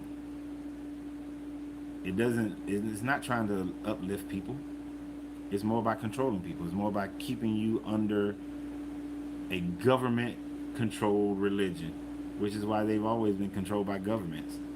I'm a little bit thrown off because I am having to restart this one again. Even if I'm just restarting it for an ending.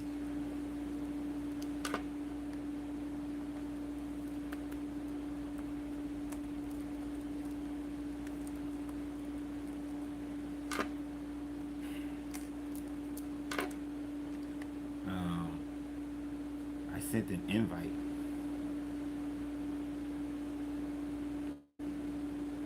Sure, let's do this for a second. Hello, sir. Yo, what's up, man? How you doing? Pretty good, man. How you doing? Doing all right. What you got for us? Yeah, I was gonna say, man, you've been dropping gems. Just this time I've been on for about 15, 20 minutes. I'm just gonna let you know my philosophy on what about the Bible. You know, because I was raised Baptist Christian, and then I kind of ascended from there. But I wanted to run this past you and get your input on it. Okay. I feel like there's two things wrong with Christian. I'll say start with these two things. There's two things that I feel like is wrong with Christianity in the Western society. The first being that people actually worship Yahshua instead of following him to the Father. Because like we were saying, Jesus, he didn't want to be worshipped. He wanted to be followed. And a lot of people look at that as, they kind of misinterpret it a lot of times. Mm-hmm. Yeah, and the reason I say that is because, a lot of people live the lifestyles any way they want, and then they, call themselves Christian, but they're not, following Christ. They're just worshiping him in hypocrisy, basically, and doing whatever they want, and then saying, thank you, Jesus, for this big house and all this money and all these cars and all of this stuff. But they're missing the whole message, like you said, because it's written by man, but, it's inspired by God. So, and then they also say, like, the road to hell is paved with good intentions. So you have all these people that have good intentions, but, in reality, their hearts are deceitfully wicked. Right. But there are a lot of gems in the Bible as well, too. I agree. I agree that there are some gems in the Bible, and it would be good for people to actually follow them. This is why I'm going to change the name, but I would say it like this. There's an old saying. It says that seek not Yeshua, but seek what Yeshua sought. If you ever meet Yeshua on the street, kill him. And the reason why it's saying that is that you should be seeking what Yeshua sought, not Yeshua himself. Because if you seek Yeshua, then you start to worship Yeshua. That's why I say if you see him on the street, you should kill him. But I know that part sounds harsh, but that's just how the saying said. I didn't make that saying up. But that's the idea is that if people actually follow what the teachings that are attributed to Yeshua, if they followed those teachings, they would be better off. And he wasn't trying to get people to, he wasn't starting a religion, you know. According to the book, he wasn't trying to start a religion. He was just trying to get people to change their mindset on how they thought about Judaism, right? How they thought about their belief in God for those people. But some of the things that, like when he brought the lady up, when they brought the lady up and said, hey, she committed adultery, stone this woman. And he said, let he who without sin cast the first stone. That's good stuff. Because before you go and judge somebody else for what they did, what about you? Take a look at yourself first. Now I do question the fact that why didn't he have where was the dude at? Because she can't commit adultery by herself. But that's neither here nor there for this part of it. But there are some good lessons to be taught in there, you know. But people, they don't. You're right. They want to say, God, please give me this house. And then when God gives them the house, God gave me the house. But did you think about that little child who's starving, or that girl who's being raped, or that boy who's being molested? They were praying to God too, but they weren't answered. You know? Where's that? Where's the logic in that? So I can't celebrate, oh, I got a house, God gave me this house, when I know that people have been suffering. And they're praying to this same God. I have to question that God. You know, and I have to question that logic at least of me being happy and celebratory about that. Now, don't get me wrong. I'm happy and celebratory about the things that I do accomplish, but I recognize what I did to accomplish those things. And if there is a divinity out there, I do seek to understand why do you allow so much suffering to occur. You know, but what I do realize is that because of the law of cause and effect that is in the universe, like cause and effect is a universal law. Most people who are enduring suffering can be attributed to some causal fact. Right? One, when you look at, and people will easily throw up something like, well, you got children in countries who are starving, like, you know, when I was growing up, your picture looked like you're much younger than I am. But when I was growing up, the TV always had these little kids in Ethiopia who were starving, right? And you used to pray for them, and you used to, you know, donate money to churches and organizations and all that sort of thing. But as I've gotten older, one of the things I realized is that the reason why some of these kids are starving in any country is because of bad government. That there is absolutely no reason for anybody on the planet to be in a situation of starvation other than bad government and the hoarding of resources. So we are the causal factors of our own suffering, is what I'm getting at. Facts, and the way I always looked at it too, I don't know if a lot of people get this, but it's really just a manifestation of and I don't want to get too deep into conspiracies, but it's basically a manifestation of the New World Order, because they got it set up to where we consume everything here in America.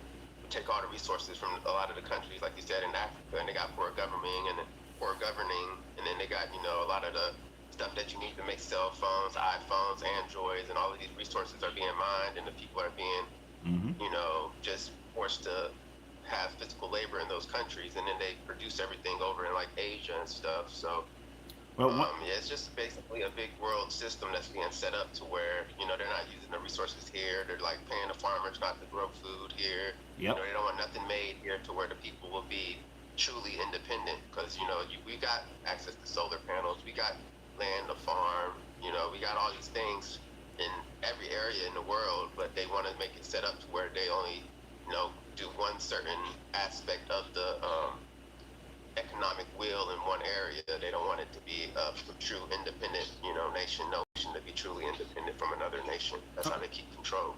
Of course, you're absolutely right. But I do want you to go look up some of these African nations and recognize that the African leadership has been changing over the last couple of decades, where it is more about Africa for Africans, and they are inviting the diaspora. Because just like you mentioned resources for cell phones, I forget the three countries now. I think one of them is the Democratic Republic of Congo, the other one might be Congo as well, and I think the other one might be Zambia, where these European countries and companies wanted to buy this lithium, and they told them, no, you're not going to buy the lithium and raw material and then sell it back to us. You're going to set up refineries, you're going to set up mining, you're going to set up manufacturing, and you're going to set up the end product. If you want our lithium, the end product of the battery will be, and you will buy Zimbabwe or whichever the countries are, you will buy our batteries. we're not going to allow you to just take our resources anymore. And multiple African nations have been doing this over these last 10 years. In Ghana, they told Europe, you will no longer get Guyanese cocoa. You will get our cocoa, raw cocoa, or our raw gold. If you want chocolate, you buy Guyanese chocolate. We'll refine it ourselves, and you buy it from us. We're not going to give it. Like Switzerland doesn't grow cocoa. Austria doesn't grow cocoa, but Switzerland has all this chocolate, right? America doesn't grow cocoa, but Hershey and Ghirardelli's, they have all this chocolate. It's because they're getting it from there, the cocoa from there. But Guyana is saying, no, no more. You want chocolate, you're going to get Guyanese chocolate.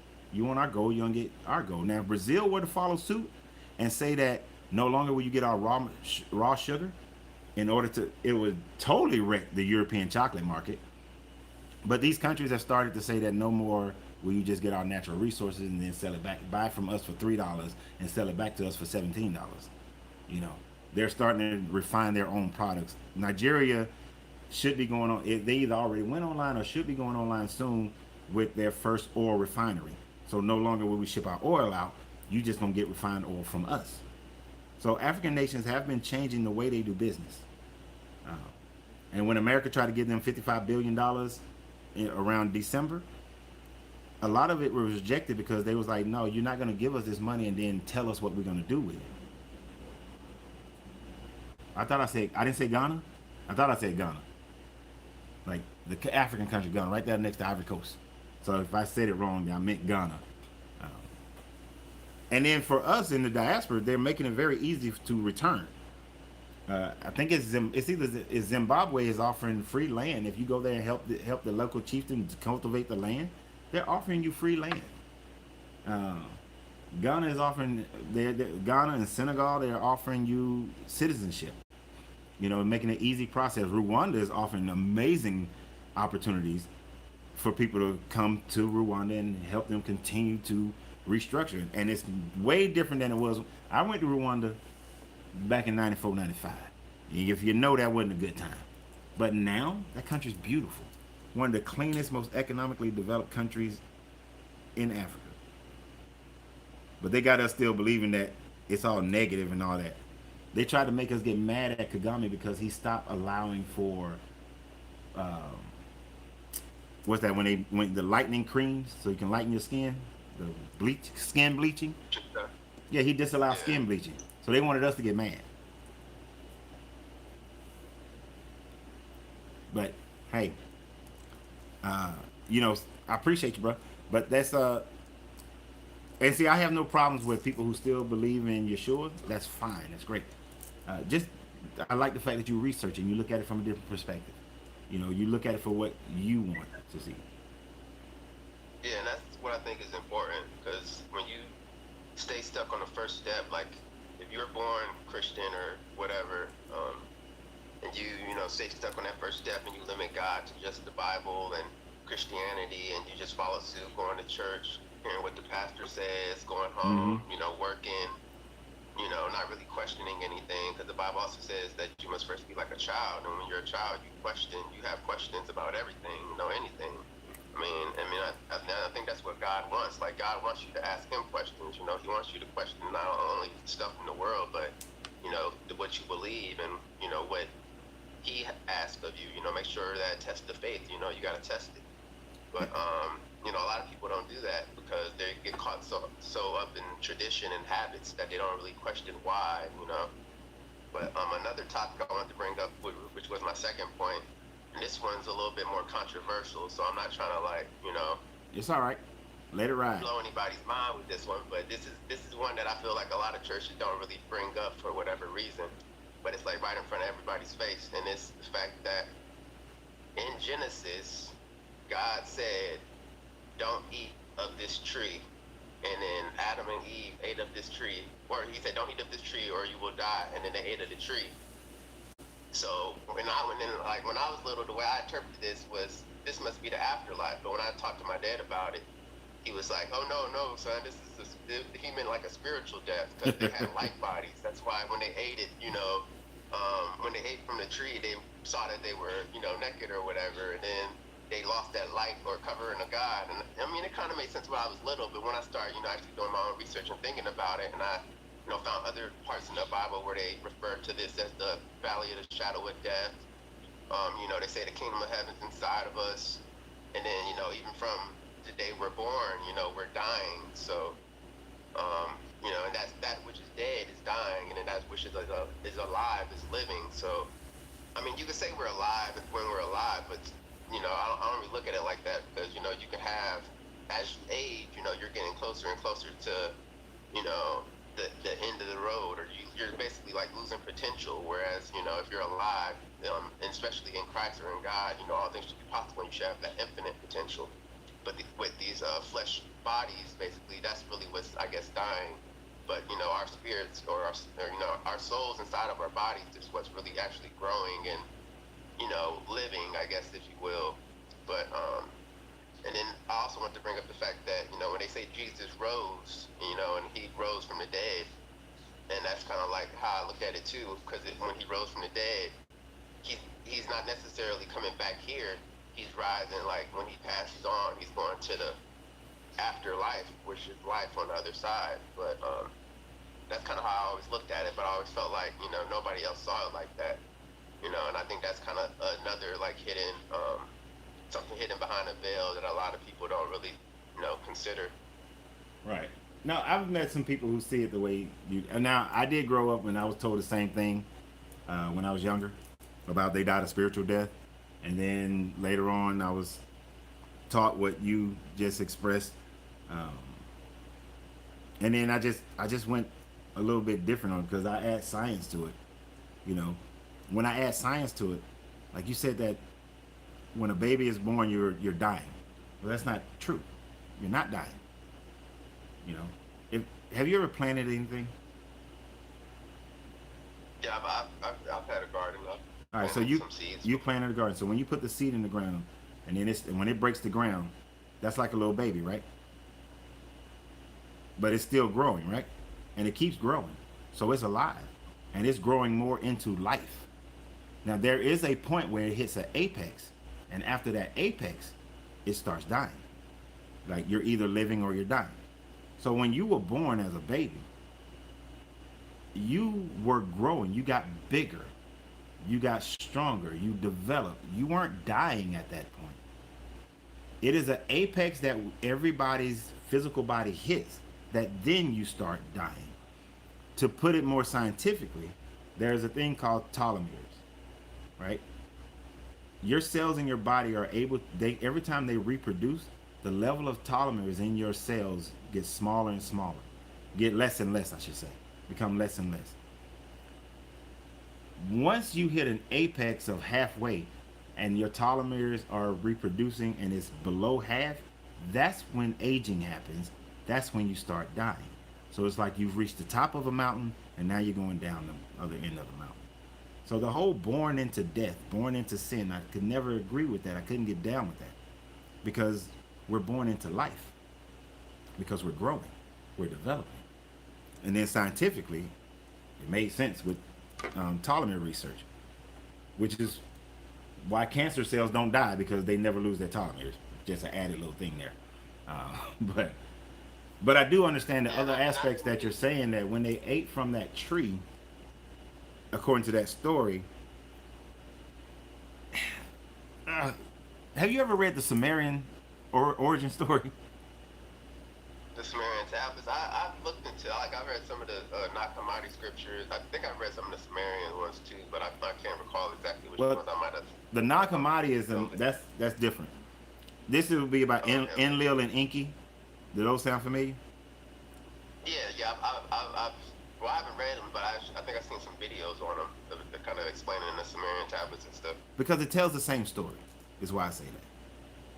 But it's not about eating an apple. It's the fact that man was able to reproduce, and Enlil wanted men to be just clones and not be able to reproduce, and that's why they had to be kicked out of the garden, because now they can man began to come into his own consciousness when he was able to reproduce.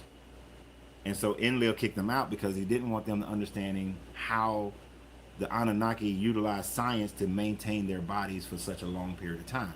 Because if man could do that, then man could supersede them and wouldn't worship them. Because Enlil wanted worship. He wanted men to stay as slaves. Enki, on the other hand, wanted man to find his own divinity. But you cannot find your own divinity if you don't know the difference between right and wrong. I mean, and that's when the Bible translated it and reconfigured it into the knowledge of good and evil, it's how can you ever discover your divinity if you don't know the difference between what's good and what's evil, what's good and what's bad? That would mean that Adam would have been in the garden. If he slapped Eve, he would not have recognized that as being something bad. It's just something he did. Eve would not have recognized that as something that he did bad. It's just something he did. Because they have no concept of good or evil. So in order to recognize your divinity, you got to know good and evil so that you know not to slap Eve. And you know Eve not to slap Adam. You see what I'm saying? So Yeah, it was a must. They wouldn't have had no concept of death either. So when God gave his commandment, or Enlil or whoever, don't eat of this tree or you will die, they probably didn't fully understand that. No, Concept. not fully. You're absolutely right. Not fully. But let me tell you what they did understand. They understood that they had to eat from the tree of life in order to maintain their bodies. Because remember, the tree of life was in the garden as well. And they had access to the tree of life. Now, if they didn't have access to the tree of life, then if they didn't need access to the tree of life, then they had to already been in a physical body that degrades. In order for them to maintain life, they had to eat from that tree of life. So that's why I walked away from that. They was in a spirit light form at first, and then they went into a fleshly body. They had to already been in the body. Otherwise, the tree of life would have no purpose of being in the garden, and they would have no use for eating it. Yeah, when I meant, I guess when we were talking about, as far as babies being born into death or dying or whatever, I just meant they're being born into a physical, temporary existence. So when something's temporary, it means that that it has. It's not eternal. The way I look at it, death is kind of like a doorway, whereas life is like either a hallway or something more eternal than death. Like death is just a doorway into a new life. I'm tracking. You have to go through death in order to come into life. I'm tracking. People think that. Yeah, I'm tracking with you. I got you. I see what you're saying. Right, I see what you're saying. Because yes, this life is temporary, no matter how we look at it, no matter which way we look at it. Existence here on Earth is temporary, but life, true life, is eternal. Like you've always been. Like the law of thermodynamics is that energy can never be created or destroyed. So your energy, your consciousness can never be destroyed. This is why the idea when people say that hell is a total separation from God, you just cease to exist. How can I cease to exist? I'm energy. Can never cease to exist. I will always exist. As far as like us following Yeshua and his message, because you got other religions that kind of try to like Taoism, and they say just kind of like go with the flow. Stuff like that, or go with the Tao. You don't have any kind of resistance against what is. But with I guess Yeshua and what made him special, was what I assume would be the fact that he was able to, they say he was sinless, and then that he, didn't really have any desires outside of God's will. Like he was basically a vessel, like all of us are, but God the Father was able to use him 100% to fulfill his will. So when he was, living his life and performing the miracles and all of these things, I look at that as him having control over his desires. Because I feel like with us and humanity and our desires, I think that's what keeps us here on this plane of existence, and that's also how they control the masses too, with desires and advertisements and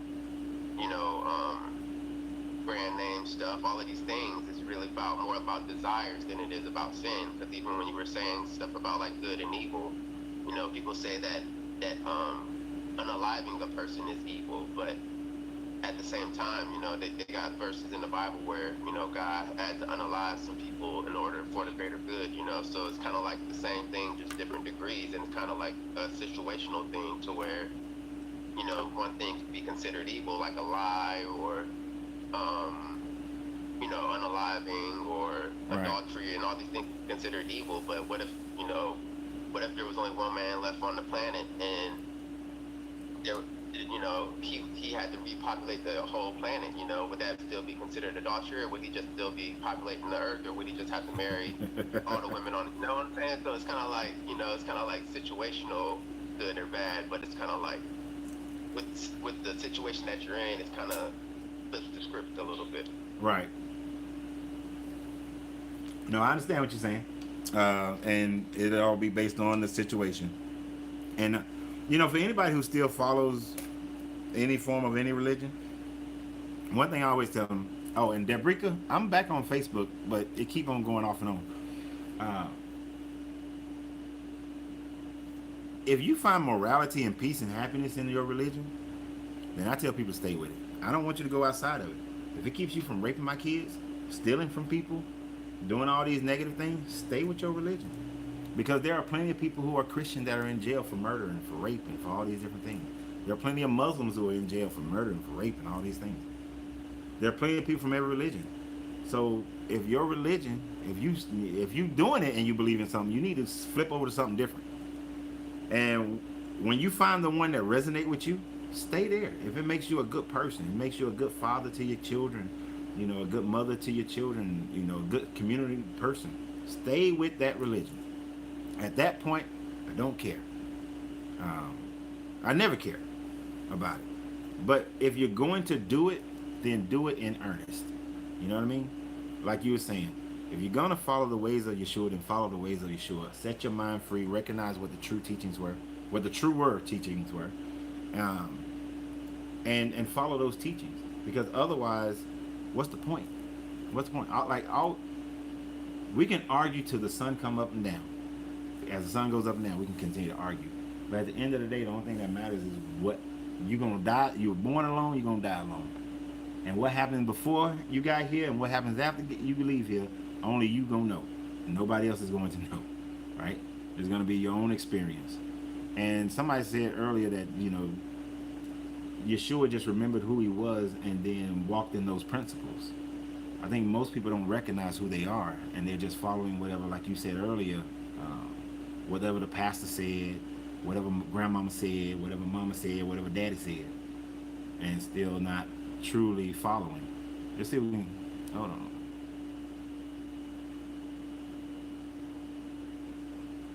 Hold on for a second. All right.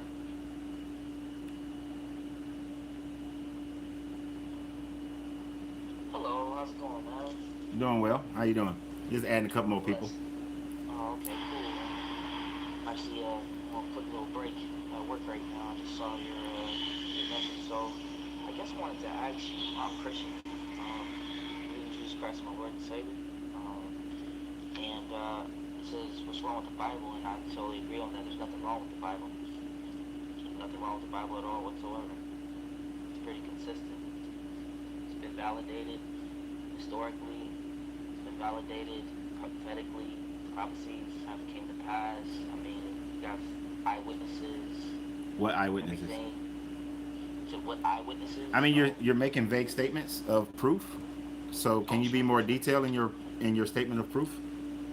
Well, I'm not a full-on apologist, but I'm actually getting into apologetics, and there's a lot of proof that the manuscripts from the Dead Sea Scrolls and other different texts that we have supported that actually are, validated. And you can actually, if you don't believe me, you can look this up, actually. You can look up the manuscripts that we have for the New Testament and also from the Torah, from the Tanakh, that all fulfill the prophecies that all came to pass when it came to Jesus being God and Jesus fulfilling and dying on the cross and the crucifixion, how Jesus died on the cross, and Roman Catholic, not Roman Catholic, I'm sorry, the Roman Empire, how they killed him, and everything. There's actual evidence and historical context if you look into that. There's proof. But you can't prove. There's actually no record of Jesus, Yeshua, dying on a cross. The literature, it's only proof through literature. There's no proof through outside records that he actually died on the cross. There's what people believe that happened, and that they wrote down and repeated. So No. So what I was going to say, brother, is that the same way that we validate history is based on given accounts. Like for today, it's time is different. We have research where we can look at, given accounts of eyewitnesses that said, hey, this happened. Hey, this happened. Hey, this happened. And outside of the Bible, there's actually other writers who aren't even Christian who said that Jesus did die on the cross. That's not even Christian that said these type of things. are you speaking of Pliny and Tacitus? Speaking of different, yeah. So what you're talking about Pliny and Tacitus, who wrote 100 years after all these events supposedly happened. So they're not eyewitness accounts. They are just saying what people believe happened. Actually, there were over 120 different historians who lived during the time frame of Yeshua should have lived, and not one of them wrote. And these are the 120 in the Levant, and not one of them recorded this death of Jesus. Everybody who records this were all born after the fact. Even Josephus, which they've already proven Josephus, that was a forgery that was added to his writings. Josephus even was born after Jesus would have walked on the planet at that time frame. So there's no eyewitness accounts. So what about Paul, man that was persecuting the Christians, and how he at times was killing Christians because he was a Jew, and how he had a conversion when he actually saw the light of Jesus, and he turned and he vouched for people to die for that. Can you prove a dream? Can I prove a dream? Like if you have a dream, like you had a dream last night, can you prove that dream? Can you prove to me that dream actually happened? That you had that dream? The only way that I can prove if the dream happens is if everything in the dream that I had actually happened. That everything in the dream actually happened. For example, thought. You can't prove thought unless you actually do what you're thinking, right? You can't prove thoughts. Thoughts are things that are concepts in our mind, where we can prove our thoughts based on what we do.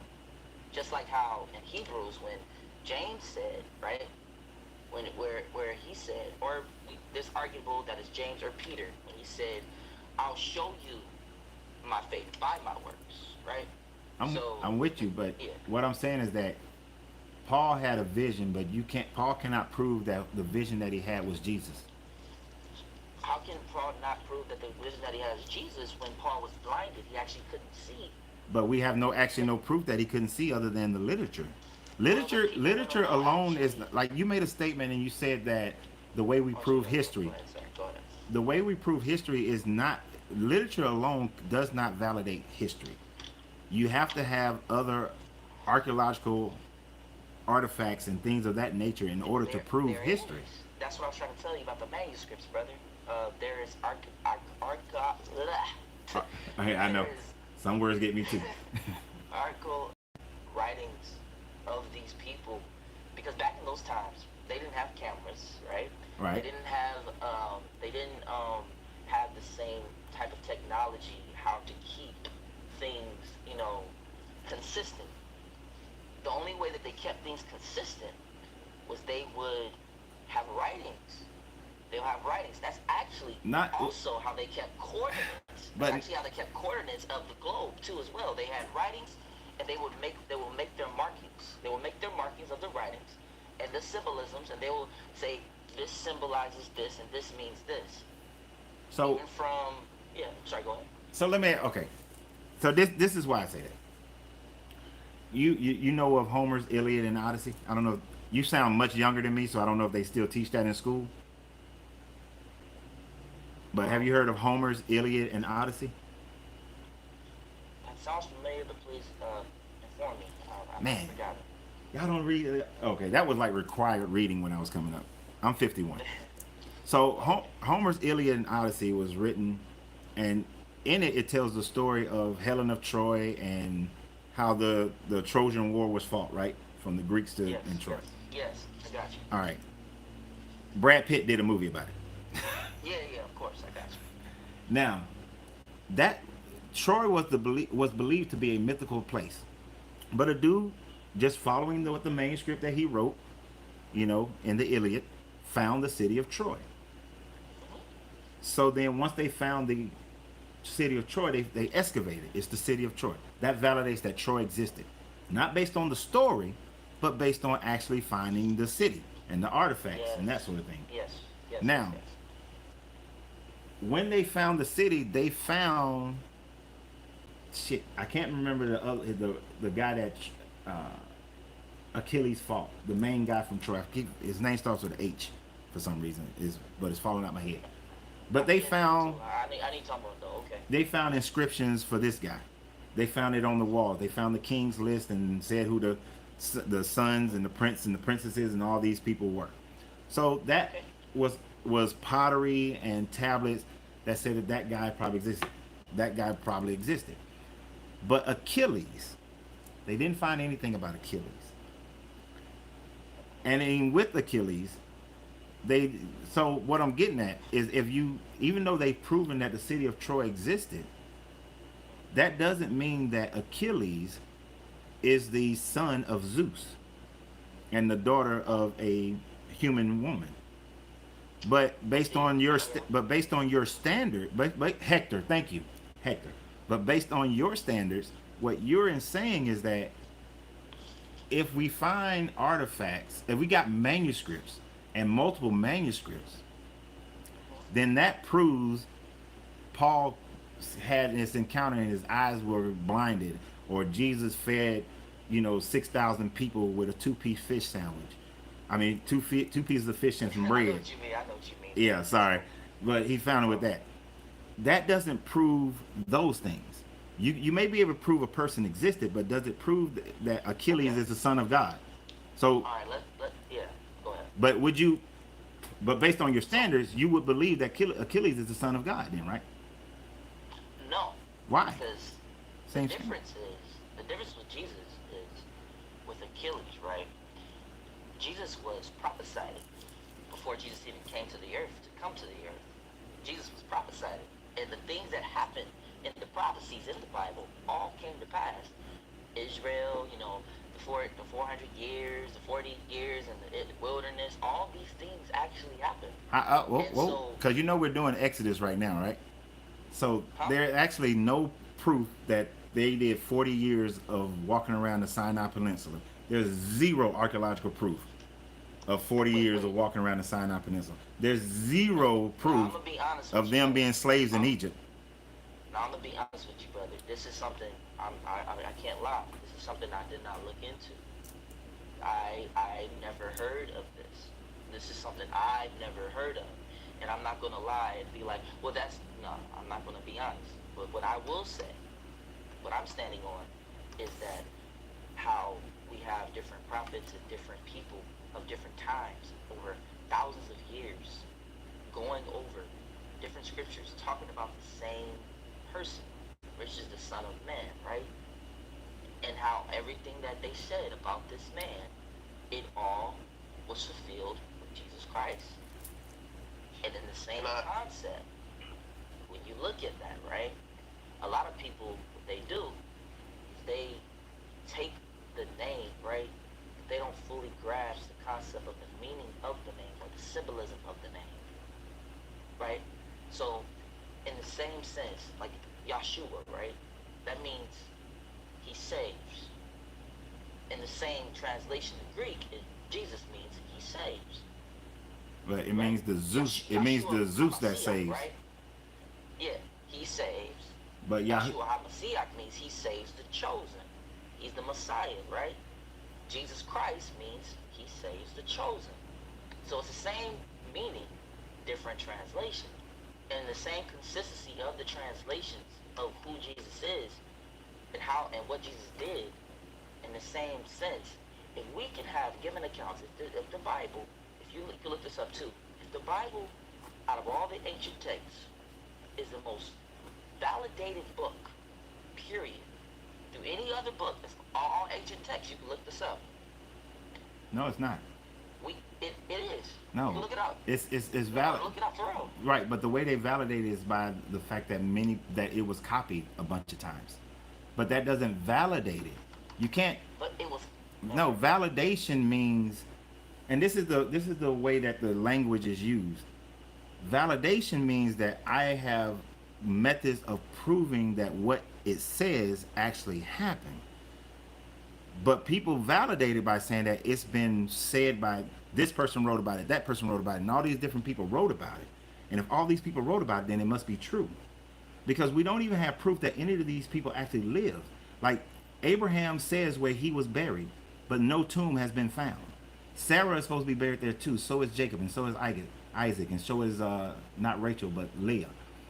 But there's no tombs that have been found to validate that they actually were buried on this mountainside.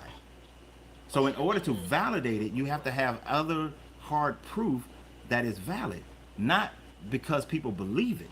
Belief is not proof.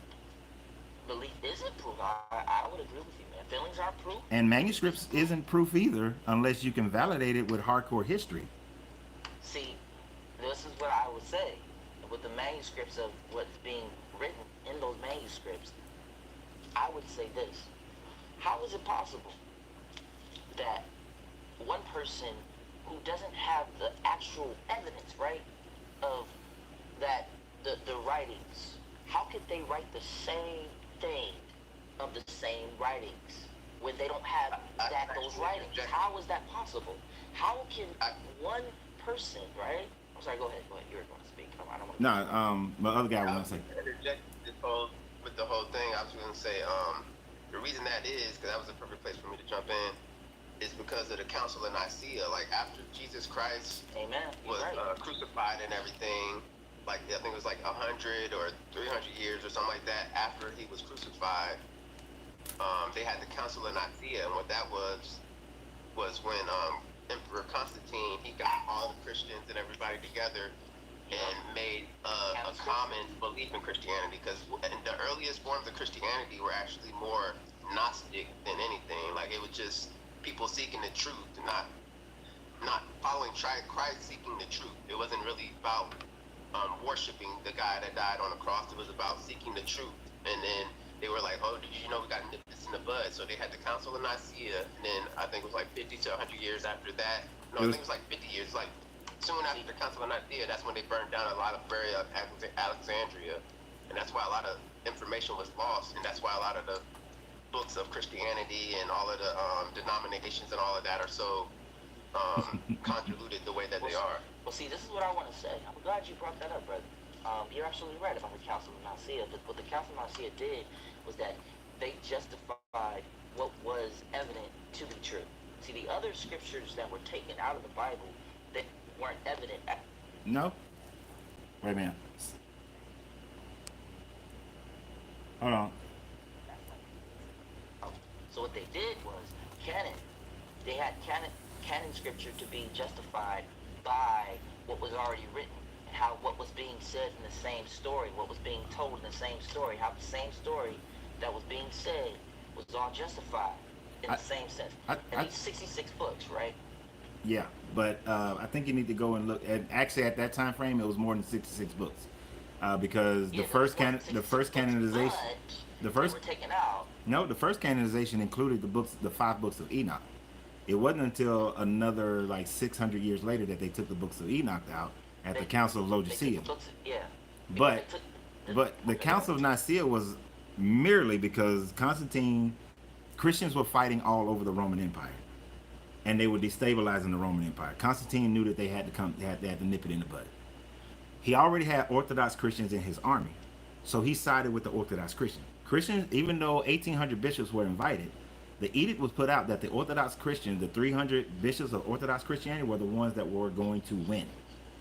And that they would all show up there and sign a creed. And the creed was merely just the Trinity, because that was the main fight amongst Christians at the time frame. 100%. So when they came there, the only thing they did was sign the creed, beat the shit out of Arius to force him to sign the creed, because he's the only Gnostic bishop. Him and 18 other Gnostic bishops, but they was all bishops who followed him, showed up. And he was considered the main antagonist anyway.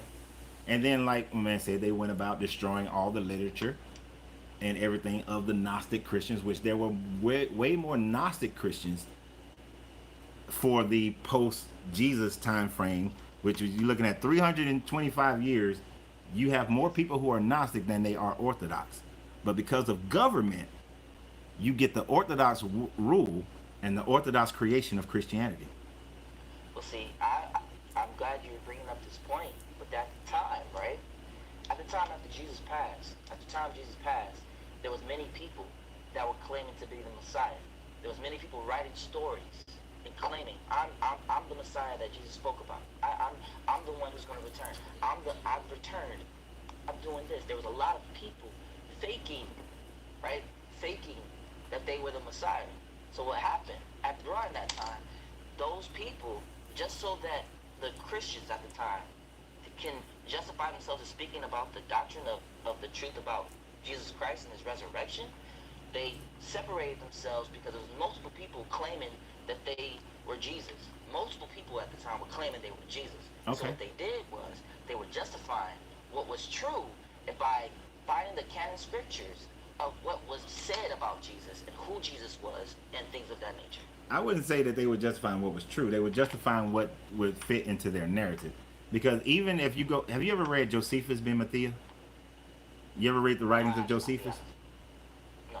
Well, if you go read the writings of Josephus, even at the time frame of that supposedly time frame of Jesus, you had 4 different Jesuses in the Levant doing different things.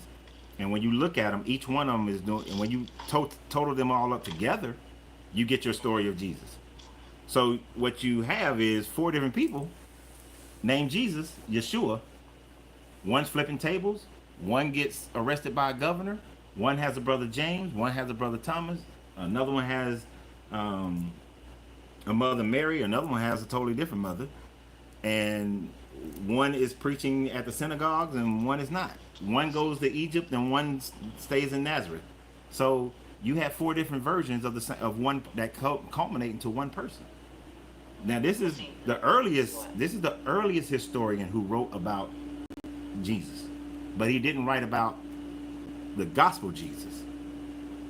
It was later a writing about a gospel Jesus after Josephus, and this is what Tacitus and Pliny and others like them are talking about at that point. But see, in the sense that the claims that Tacitus and Josephus were claiming that this man, right, this man Jesus, right, the only problem that we have to take consideration is the fact that there's no evidence that that was Jesus that was claimed. Because at the time, during those times, the only way that they discussed what was true was based on what they had proof of, based on what it was given to them, based on at the time. And so when we have to take in consideration. But what is this proof that you speak of? Because this is where I draw the lines. You speak of a truth, that this truth that they can prove. But do you realize that during the time of the Roman government, the only proof that an emperor needed was just to say that I said it. You didn't need proof. You can just claim it.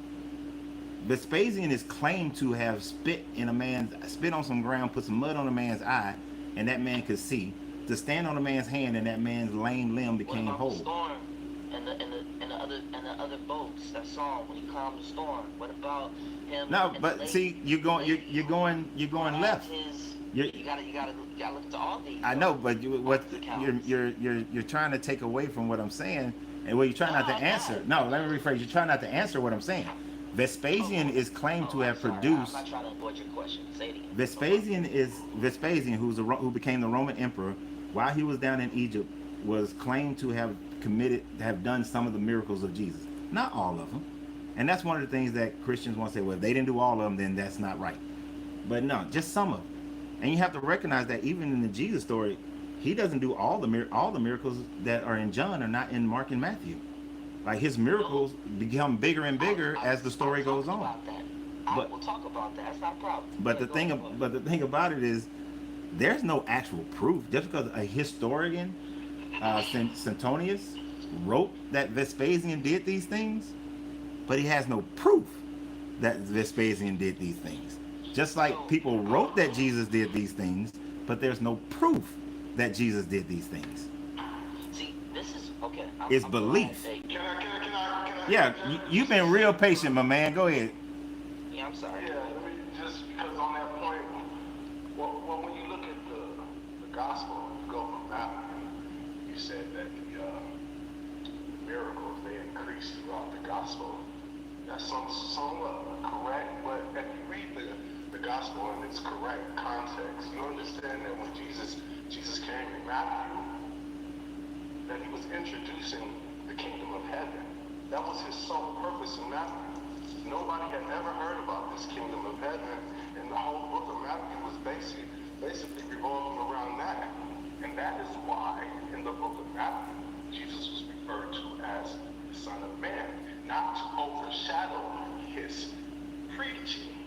Because Jesus was also a preacher, a prophet, and a minister. And he came to preach in Matthew about the kingdom of heaven. That is why he denied himself. And he asked his apostles to say, "Who do you say that I am?" And they said, "Thou art the Christ." And he said, "Hey, make sure you don't tell nobody that right now, because I got something else to do. Everything is in divine order." He was not going to overshadow the kingdom of heaven with him being the Son of God. He didn't reveal that until John. Yes. And Mark revealed that man should be baptized. That was the book of Mark was about. Men should be baptized. And Mark also introduced the kingdom of God, because the kingdom of heaven was separate from the kingdom of God, which was the upper echelon of heaven. Jesus explained to you the difference of kingdom of heaven and the kingdom of God, and that man should repent. And then in the end, in John, he revealed to the woman at the well that he was the Christ, because the time had came to fruition. These gospels go in chronology. Be established throughout the world. I mean, I piggyback off what you're saying. And the same thing of what he's saying too, brother, is that in the same sense, we also can look at different scriptures where in the title that they put on, on the cross, "Oh hail King of the Jews," right? There's two of them that account King of the Jews. And there's one that accounts Jesus of Nazareth, King of the Jews. And there's another one that accounts, just the other one, the same King of the Jews. So, in the same sense, to go to add on to what he's saying, the first gospel was to talk about who Jesus was. The second gospel of Jesus was to talk about what he was going to do. The third gospel of Jesus was to talk about how he justified.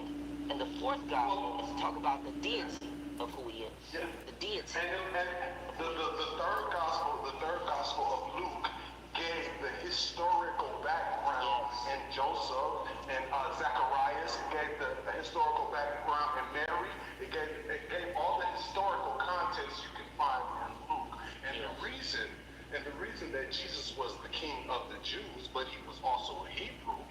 And my specialty in this whole congregation is genealogy, because I study genealogy of the Bible, and I haven't got a chance to get to that yet because we're just talking about these other things. But his father was Joseph. Joseph was a Hebrew man, not to be confused as the Jew, but he was a Hebrew. His mother, Mary, she was a Jew. So in order to condemn or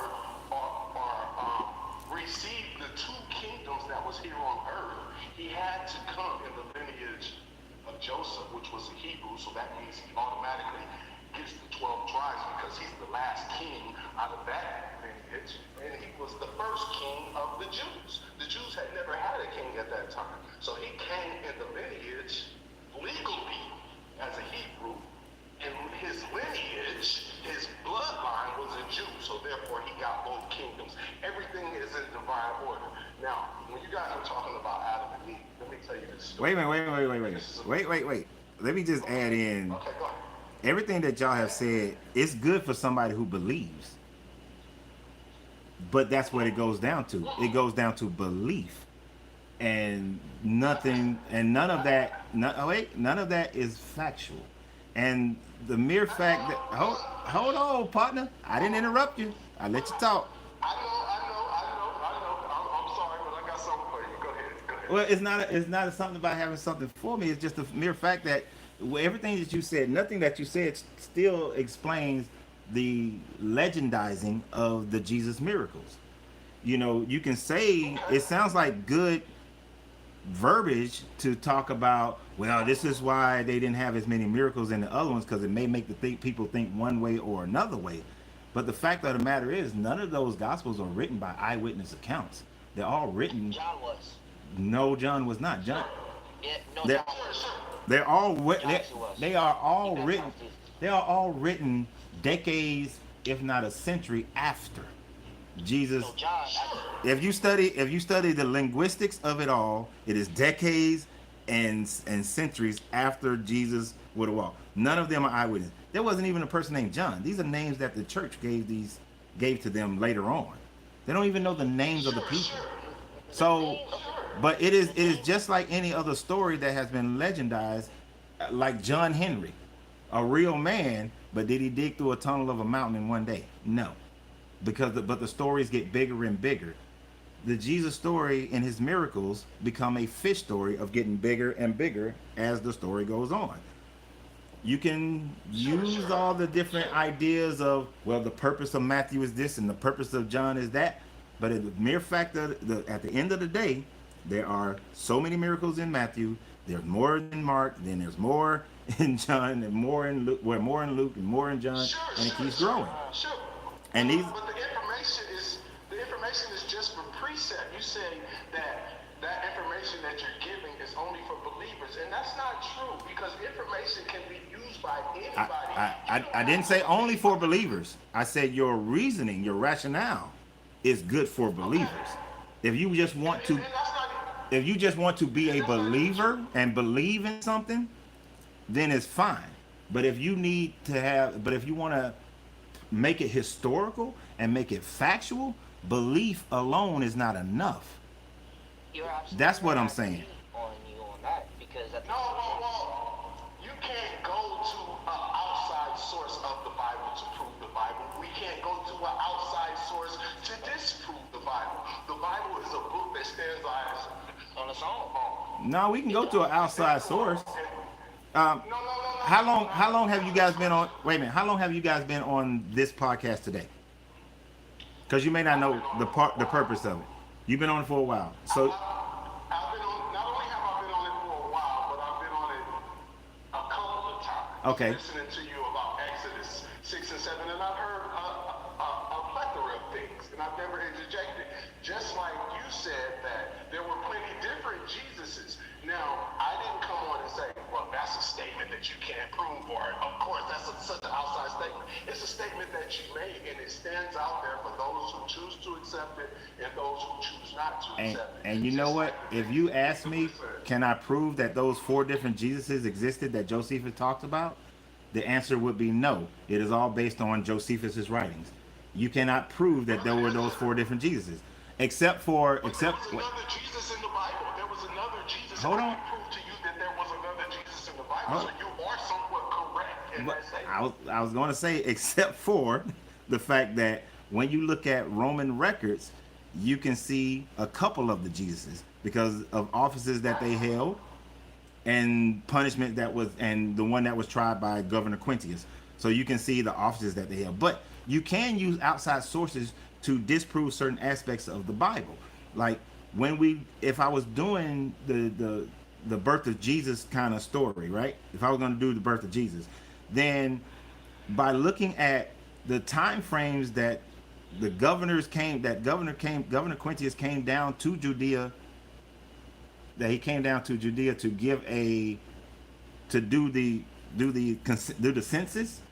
And the census was being done because Herod had died, and he needed to do a census to establish how much taxation needed to be paid to Rome and to establish a new governor, because Herod died. When you look at the time frame of the Roman records based on when it said that Jesus was born and born under Herod, and Herod had already died when the governor came down to do the census, it throws that entire thing off because it doesn't fit. You see what I'm saying? It don't fit. Well, see, this is my question to you. This is my question to you. Where do you get the concept spirit from? I just want to ask you that question. The concept of spirit. Right? Yeah, spirit. Where does that come from? Where does it originate from? You asked me where does it originate from me or where does it originate historically? There's a difference. Historically, where does that originate from? You are not going to be able to pinpoint exactly, but the Sumerians who came to the Sumerians of 8,000 years ago talked about a spirit and a soul. But you also had people in different cultures around the world. The Aboriginals talked about a spirit and a soul.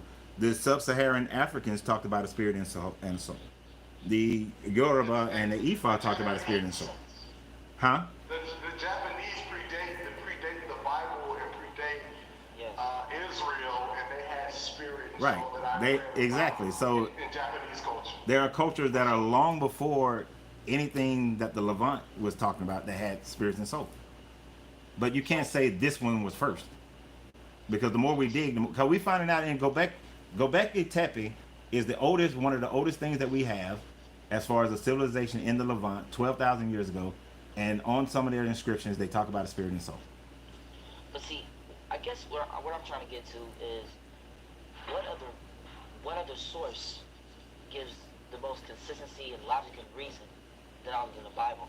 Like, for example, like when Have you ever talked to a Muslim scholar? Yeah, I actually have. They can make very good points just as well as a Christian could. But see, the problem that they have, right? The problem that they have is that they try to disprove the order of the Bible and say that Jesus, right? Jesus wasn't Jesus who they claim he was. That's the problem. But No, that's a problem for you. It's not a problem for them. Okay. What I'm trying to say is, but they take on the same belief system of how the earth was created from the Torah, though. They take that same concept, same precept, that same situation. So they're taking something from the Torah, right? Yep. And they're saying, okay, but we're not going to accept the New Testament. We're going to add to what Muhammad said. But the only difference within the Torah and the Bible is that the Torah, and it's proven, there's grammatical errors in the Torah and things of that nature where it's not consistent, doesn't line up. There's actually a lot of Muslims actually that are being converted to Christians. You can look this up. And that actually were born Muslims, and they're converting to Christianity because they came to the concept and understanding that it's inconsistent. So what I'm trying to tell you, Wait, my man. Those types of argument are like straw mans, because there are so many Christians who are converting to Muslim because of the inconsistencies of Christianity in the Bible. but the difference, okay, let me explain.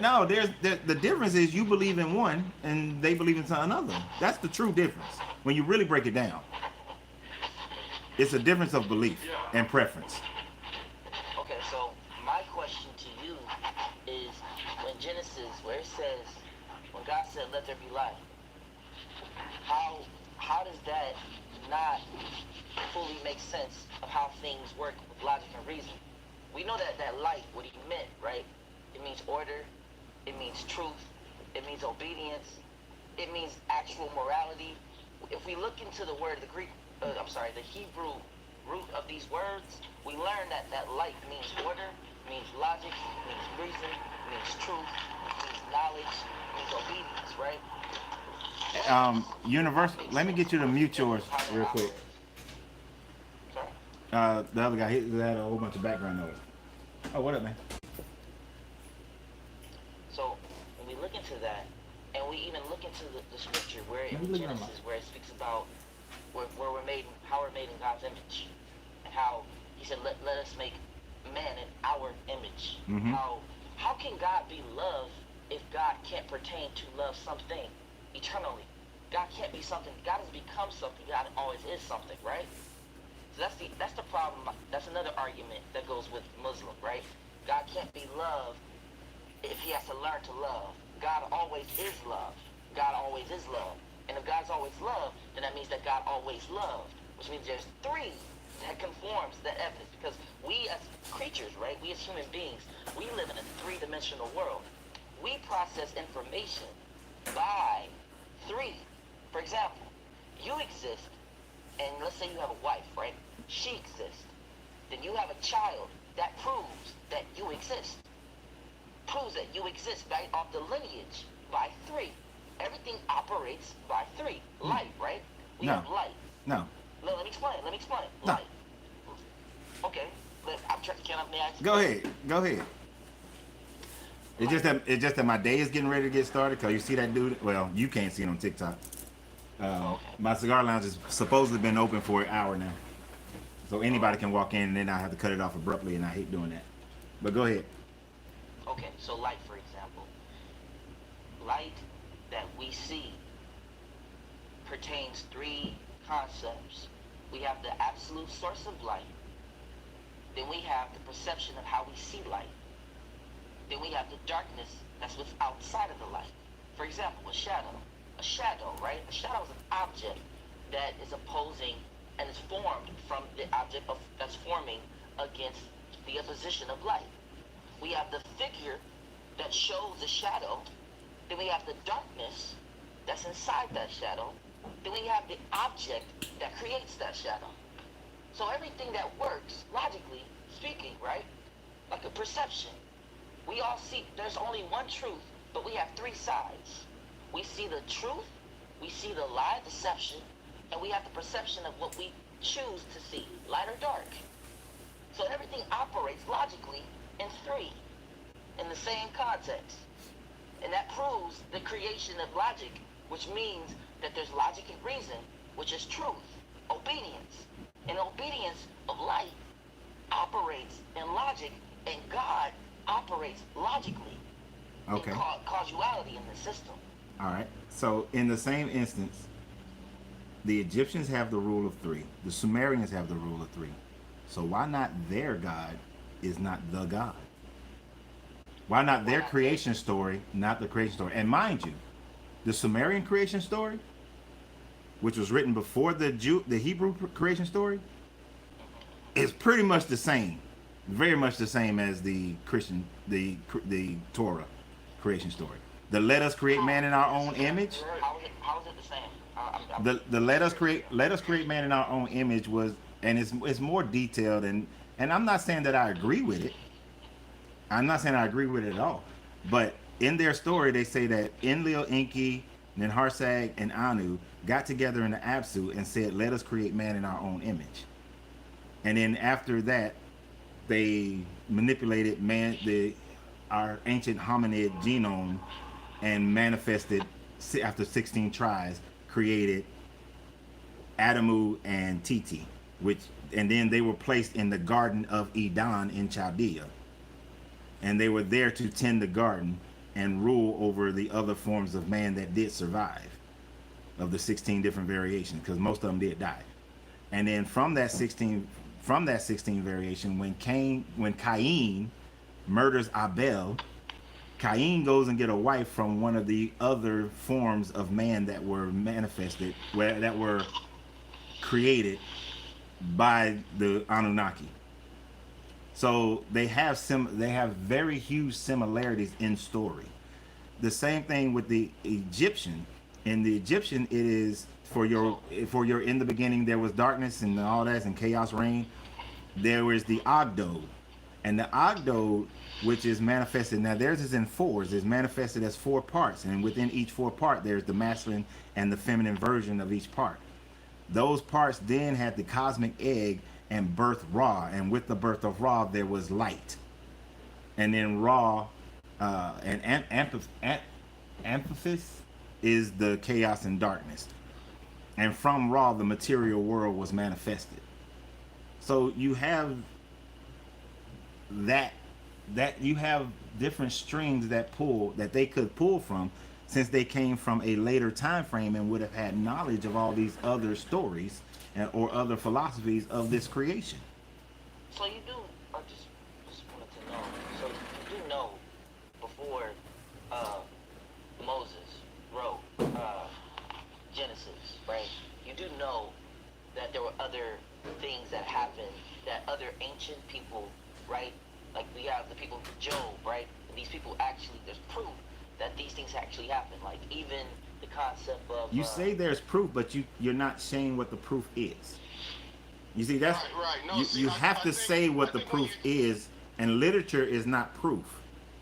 If I wrote if I wrote about Martin Luther King right now, and me being born and bred in Atlanta, I can write about Dr. Luther King, Dr. Martin Luther King, right?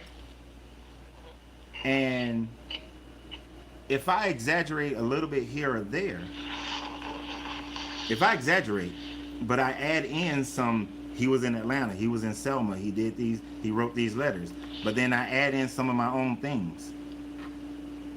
Is my book 100 years from now proof?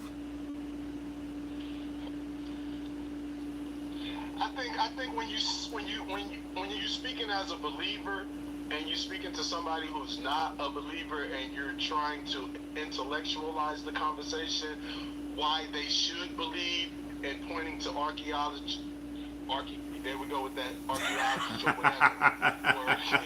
I got problems with it. I was laughing when he tried to say it. I said I can say it, and I tried to say it, couldn't say it. Hey, it get me sometimes too. The Bible isn't a book to be proved that way. It's a spiritual book, and we're not going to prove it through archaeological evidence and trying to reason with people. That's not where you come from. It's like God said that mankind, when he created mankind, he formed them of the dust. And he said he blew the soul in man, and man became a living soul. Now that is to say that when Adam did eat from the tree of life, the tree of knowledge of good and evil, what information did he obtain? What information did he obtain? That the body that God created in the physical form was that evil that he was placed into. But he had not yet come to that understanding yet, because God wanted to formulate the relationship with him so he could transfer into his spirit body without even understanding the flesh. But he ate of the fruit, and the Bible says the eyes of both of them were open, and they knew that they were naked, and they ran and hid themselves and put trees on them, because the body is that evil. It says while we are at home in the body, we are absent from God, because this flesh is just a container. It's just a container to contain this living soul that we are in. This flesh is sin. God is spirit. When he created this flesh for us to dwell in, Calm down, brother. Calm down. Nature. Calm He down. created a sinful nature. And that's why Adam ran and hid himself in the garden from God, because what does Jesus say? Jesus said, why do you call me good? There is only one good, and that is God. So when Adam found out that he was in the evil, he was that evil, he ran and hid himself. He ran and hid himself from the only good on earth, which was God.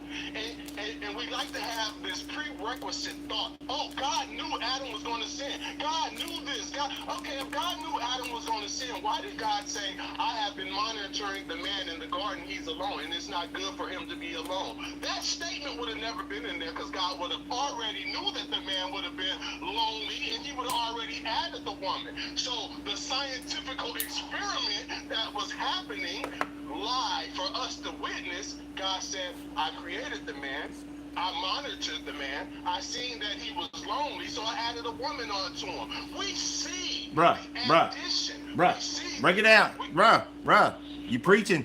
We don't do preaching on this channel. Okay. And we don't do no preaching. Okay, well, But I was giving it to you though. No. I was just giving you a precept. No. Not a precept. You were giving a whole bunch of contradictions. You were giving some contradictions. Okay. Cause you were throwing in. All right, just your whole thing about you had just diminished the size of God when you said that God didn't know that Adam was going to sin, because later in your book, He did know. It says that your God, he is all knowing. How can he be all knowing? He is in the past, the present, and the future. If he's all knowing, then he knew that they were going to eat from this tree. So asking the question, this is dumb, because he already knew. You know, and then if you're saying that when you're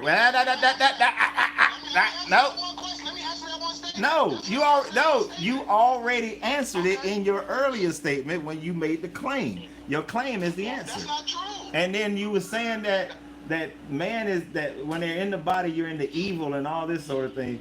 But your Jesus said that heaven is at hand. Heaven is inside of you. That you are Heaven God. is within, Yeah, is that heaven is within.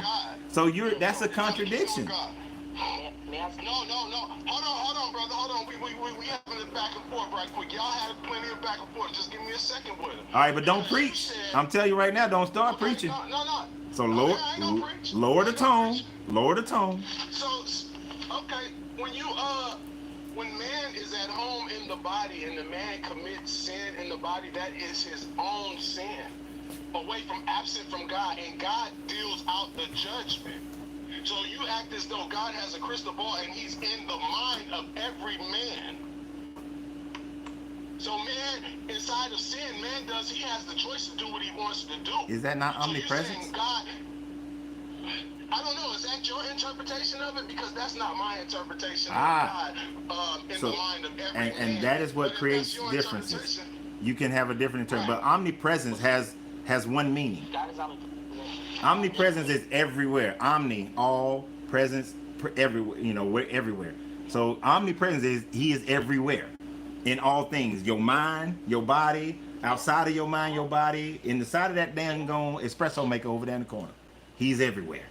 You gotta ask God into your heart. He don't just invade your temple without you inviting him in. Why? Well, he just talked about how he hardens Pharaoh's heart without Pharaoh's permission. Yeah. Why not? Yeah, and Jesus said you have to ask for the Holy Spirit. Jesus said you have to ask my Father for the Holy Spirit. I understand what he said you have to ask for. I understand what he said you have to ask for, but I'm just telling you what your book say. This is just what your book say. Please. What's up, dude? What's up, sir? Okay. Universal Truth 87. I have to agree with this gentleman. God is omnipotent, God is omnipresent, God is all these things. Now, what I have to say this too, I want to also say this too. Just because God's omnipotent, omnipresent, and things like that doesn't mean he did not have a plan. In the beginning, he said, let us make man in our image. Who is the perfect image of God? Christ. So God had a plan to make Christ so that every man could be conformed and be saved through Christ. So let's just go with that. Let's just stay with that, all right?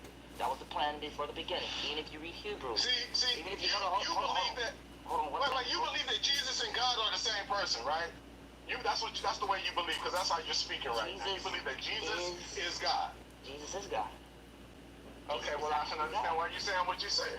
Yeah. What you're saying there. You believe in the Trinity. I don't believe. So let me explain. Yeah, I don't believe that. I don't believe Jesus is God, but I understand. Well, if you're Christian, brother, if you don't believe that Jesus is God, then you have to go first to Revelations, and it straight up says that No, let's not make this the topic. Just finish what you were saying. Finish what you were saying. What I'm saying to you, gentlemen, I don't know, Coach Renz. What I'm saying, brother, is this: that the fact that Jesus is omnipotent, omnipresent. God is omnipotent, God is omnipresent, all these things, right? We can understand that God, in the sense that he is omnipotent, omnipresent, and that God, he said himself that he desired to create man in his image. Now, the only image that can be revealed at the time was for man to choose love, as God can do all things. We know that learned in scripture. I'm sure you're a very well-educated man.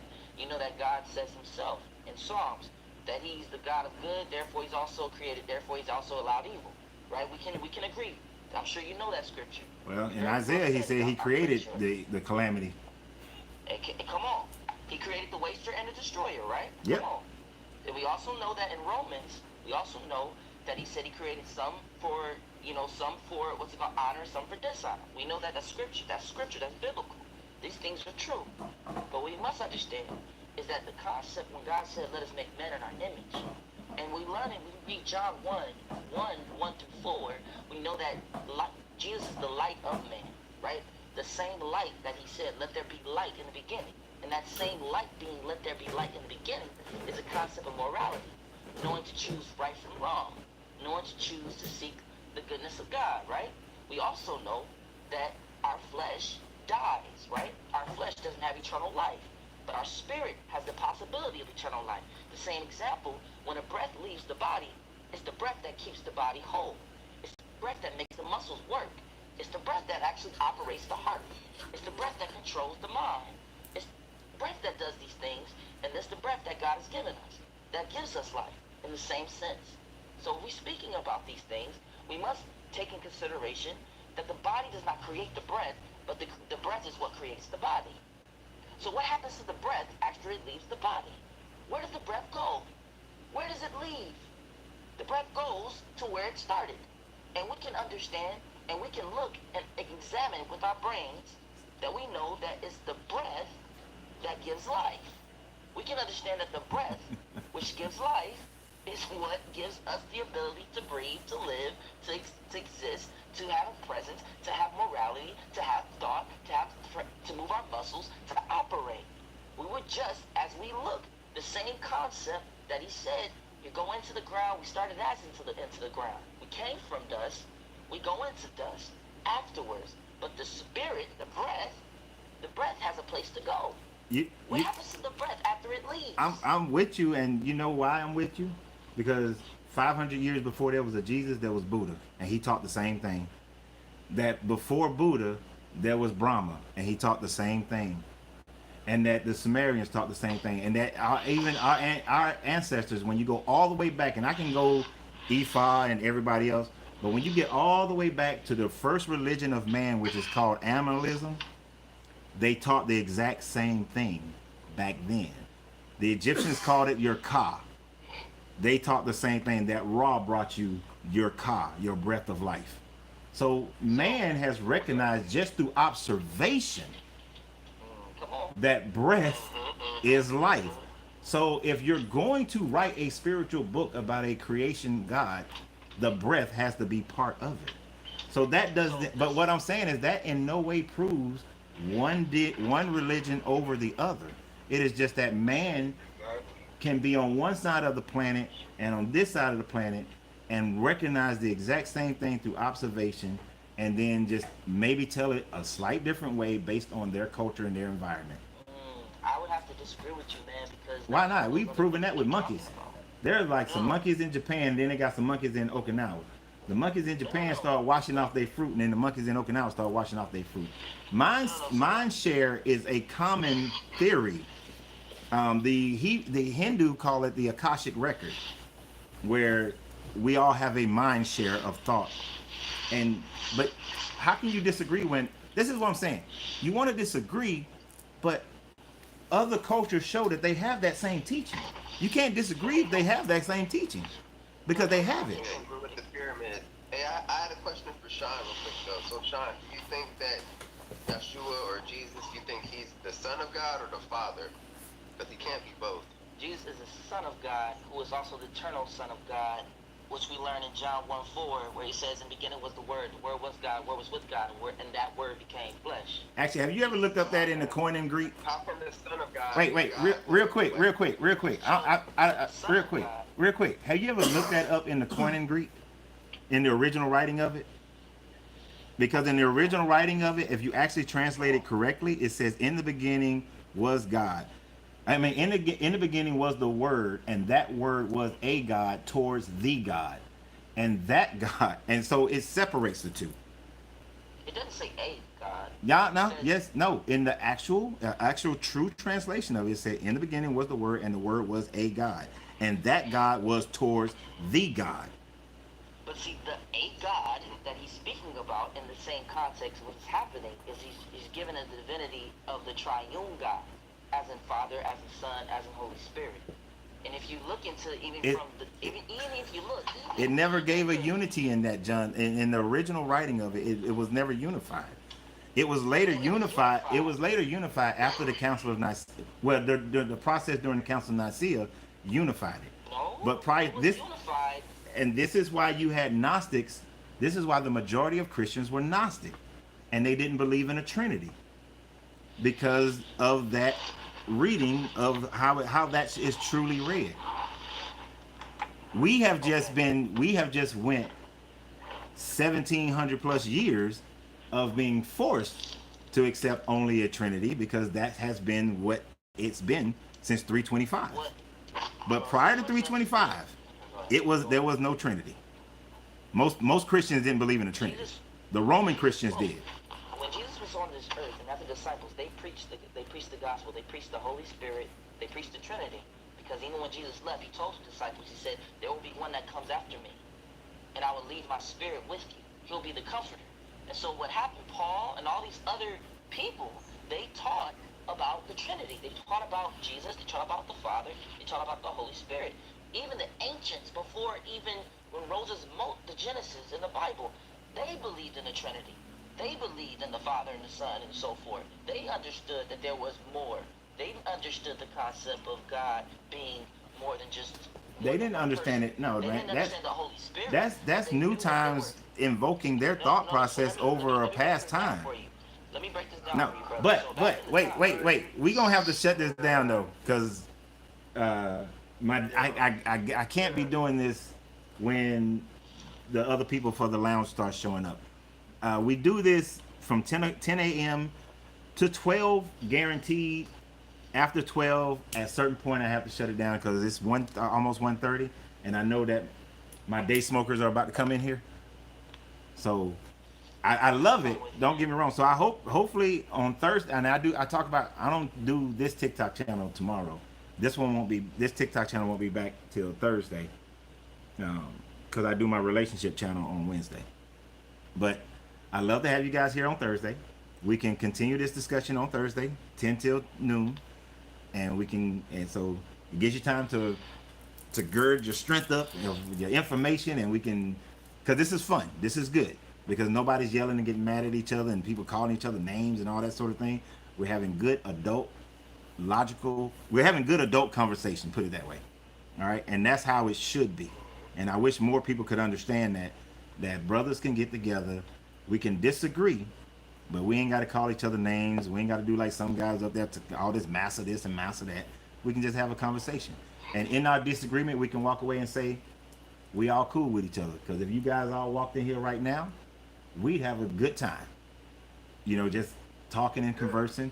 And if we went beyond that, because I think all of y'all are brothers, right? Yeah. Yeah. And I think at the end of the day, we all want to see black people strive and grow and be greater than what society has done for us, and there are many other conversations that we can probably have. Hey, we might even become friends. You never know, and that's how it should be.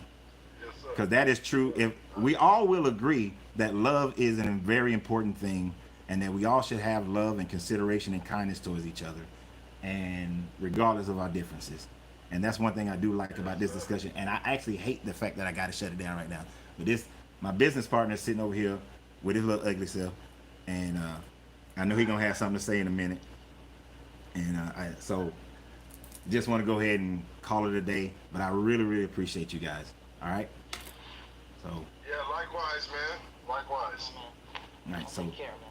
as I end everything, you gotta free yourself to be yourself because your greatness is non-negotiable. Good journey, good vibration, and I'll see you guys on Thursday.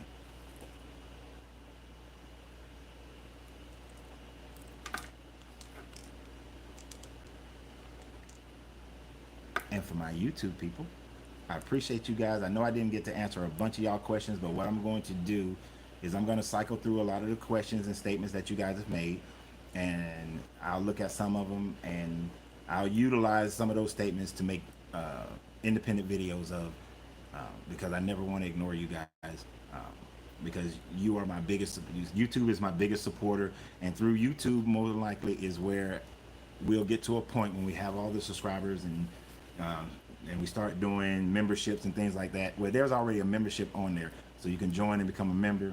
So that my future goal is that within the next 2 years, that I don't have to be in a cigar lounge, and we can just do this constantly and consistently, and I can put out even more and more information, and we can help more and more people to open their minds and raise their consciousness so that we can all grow and that sort of thing.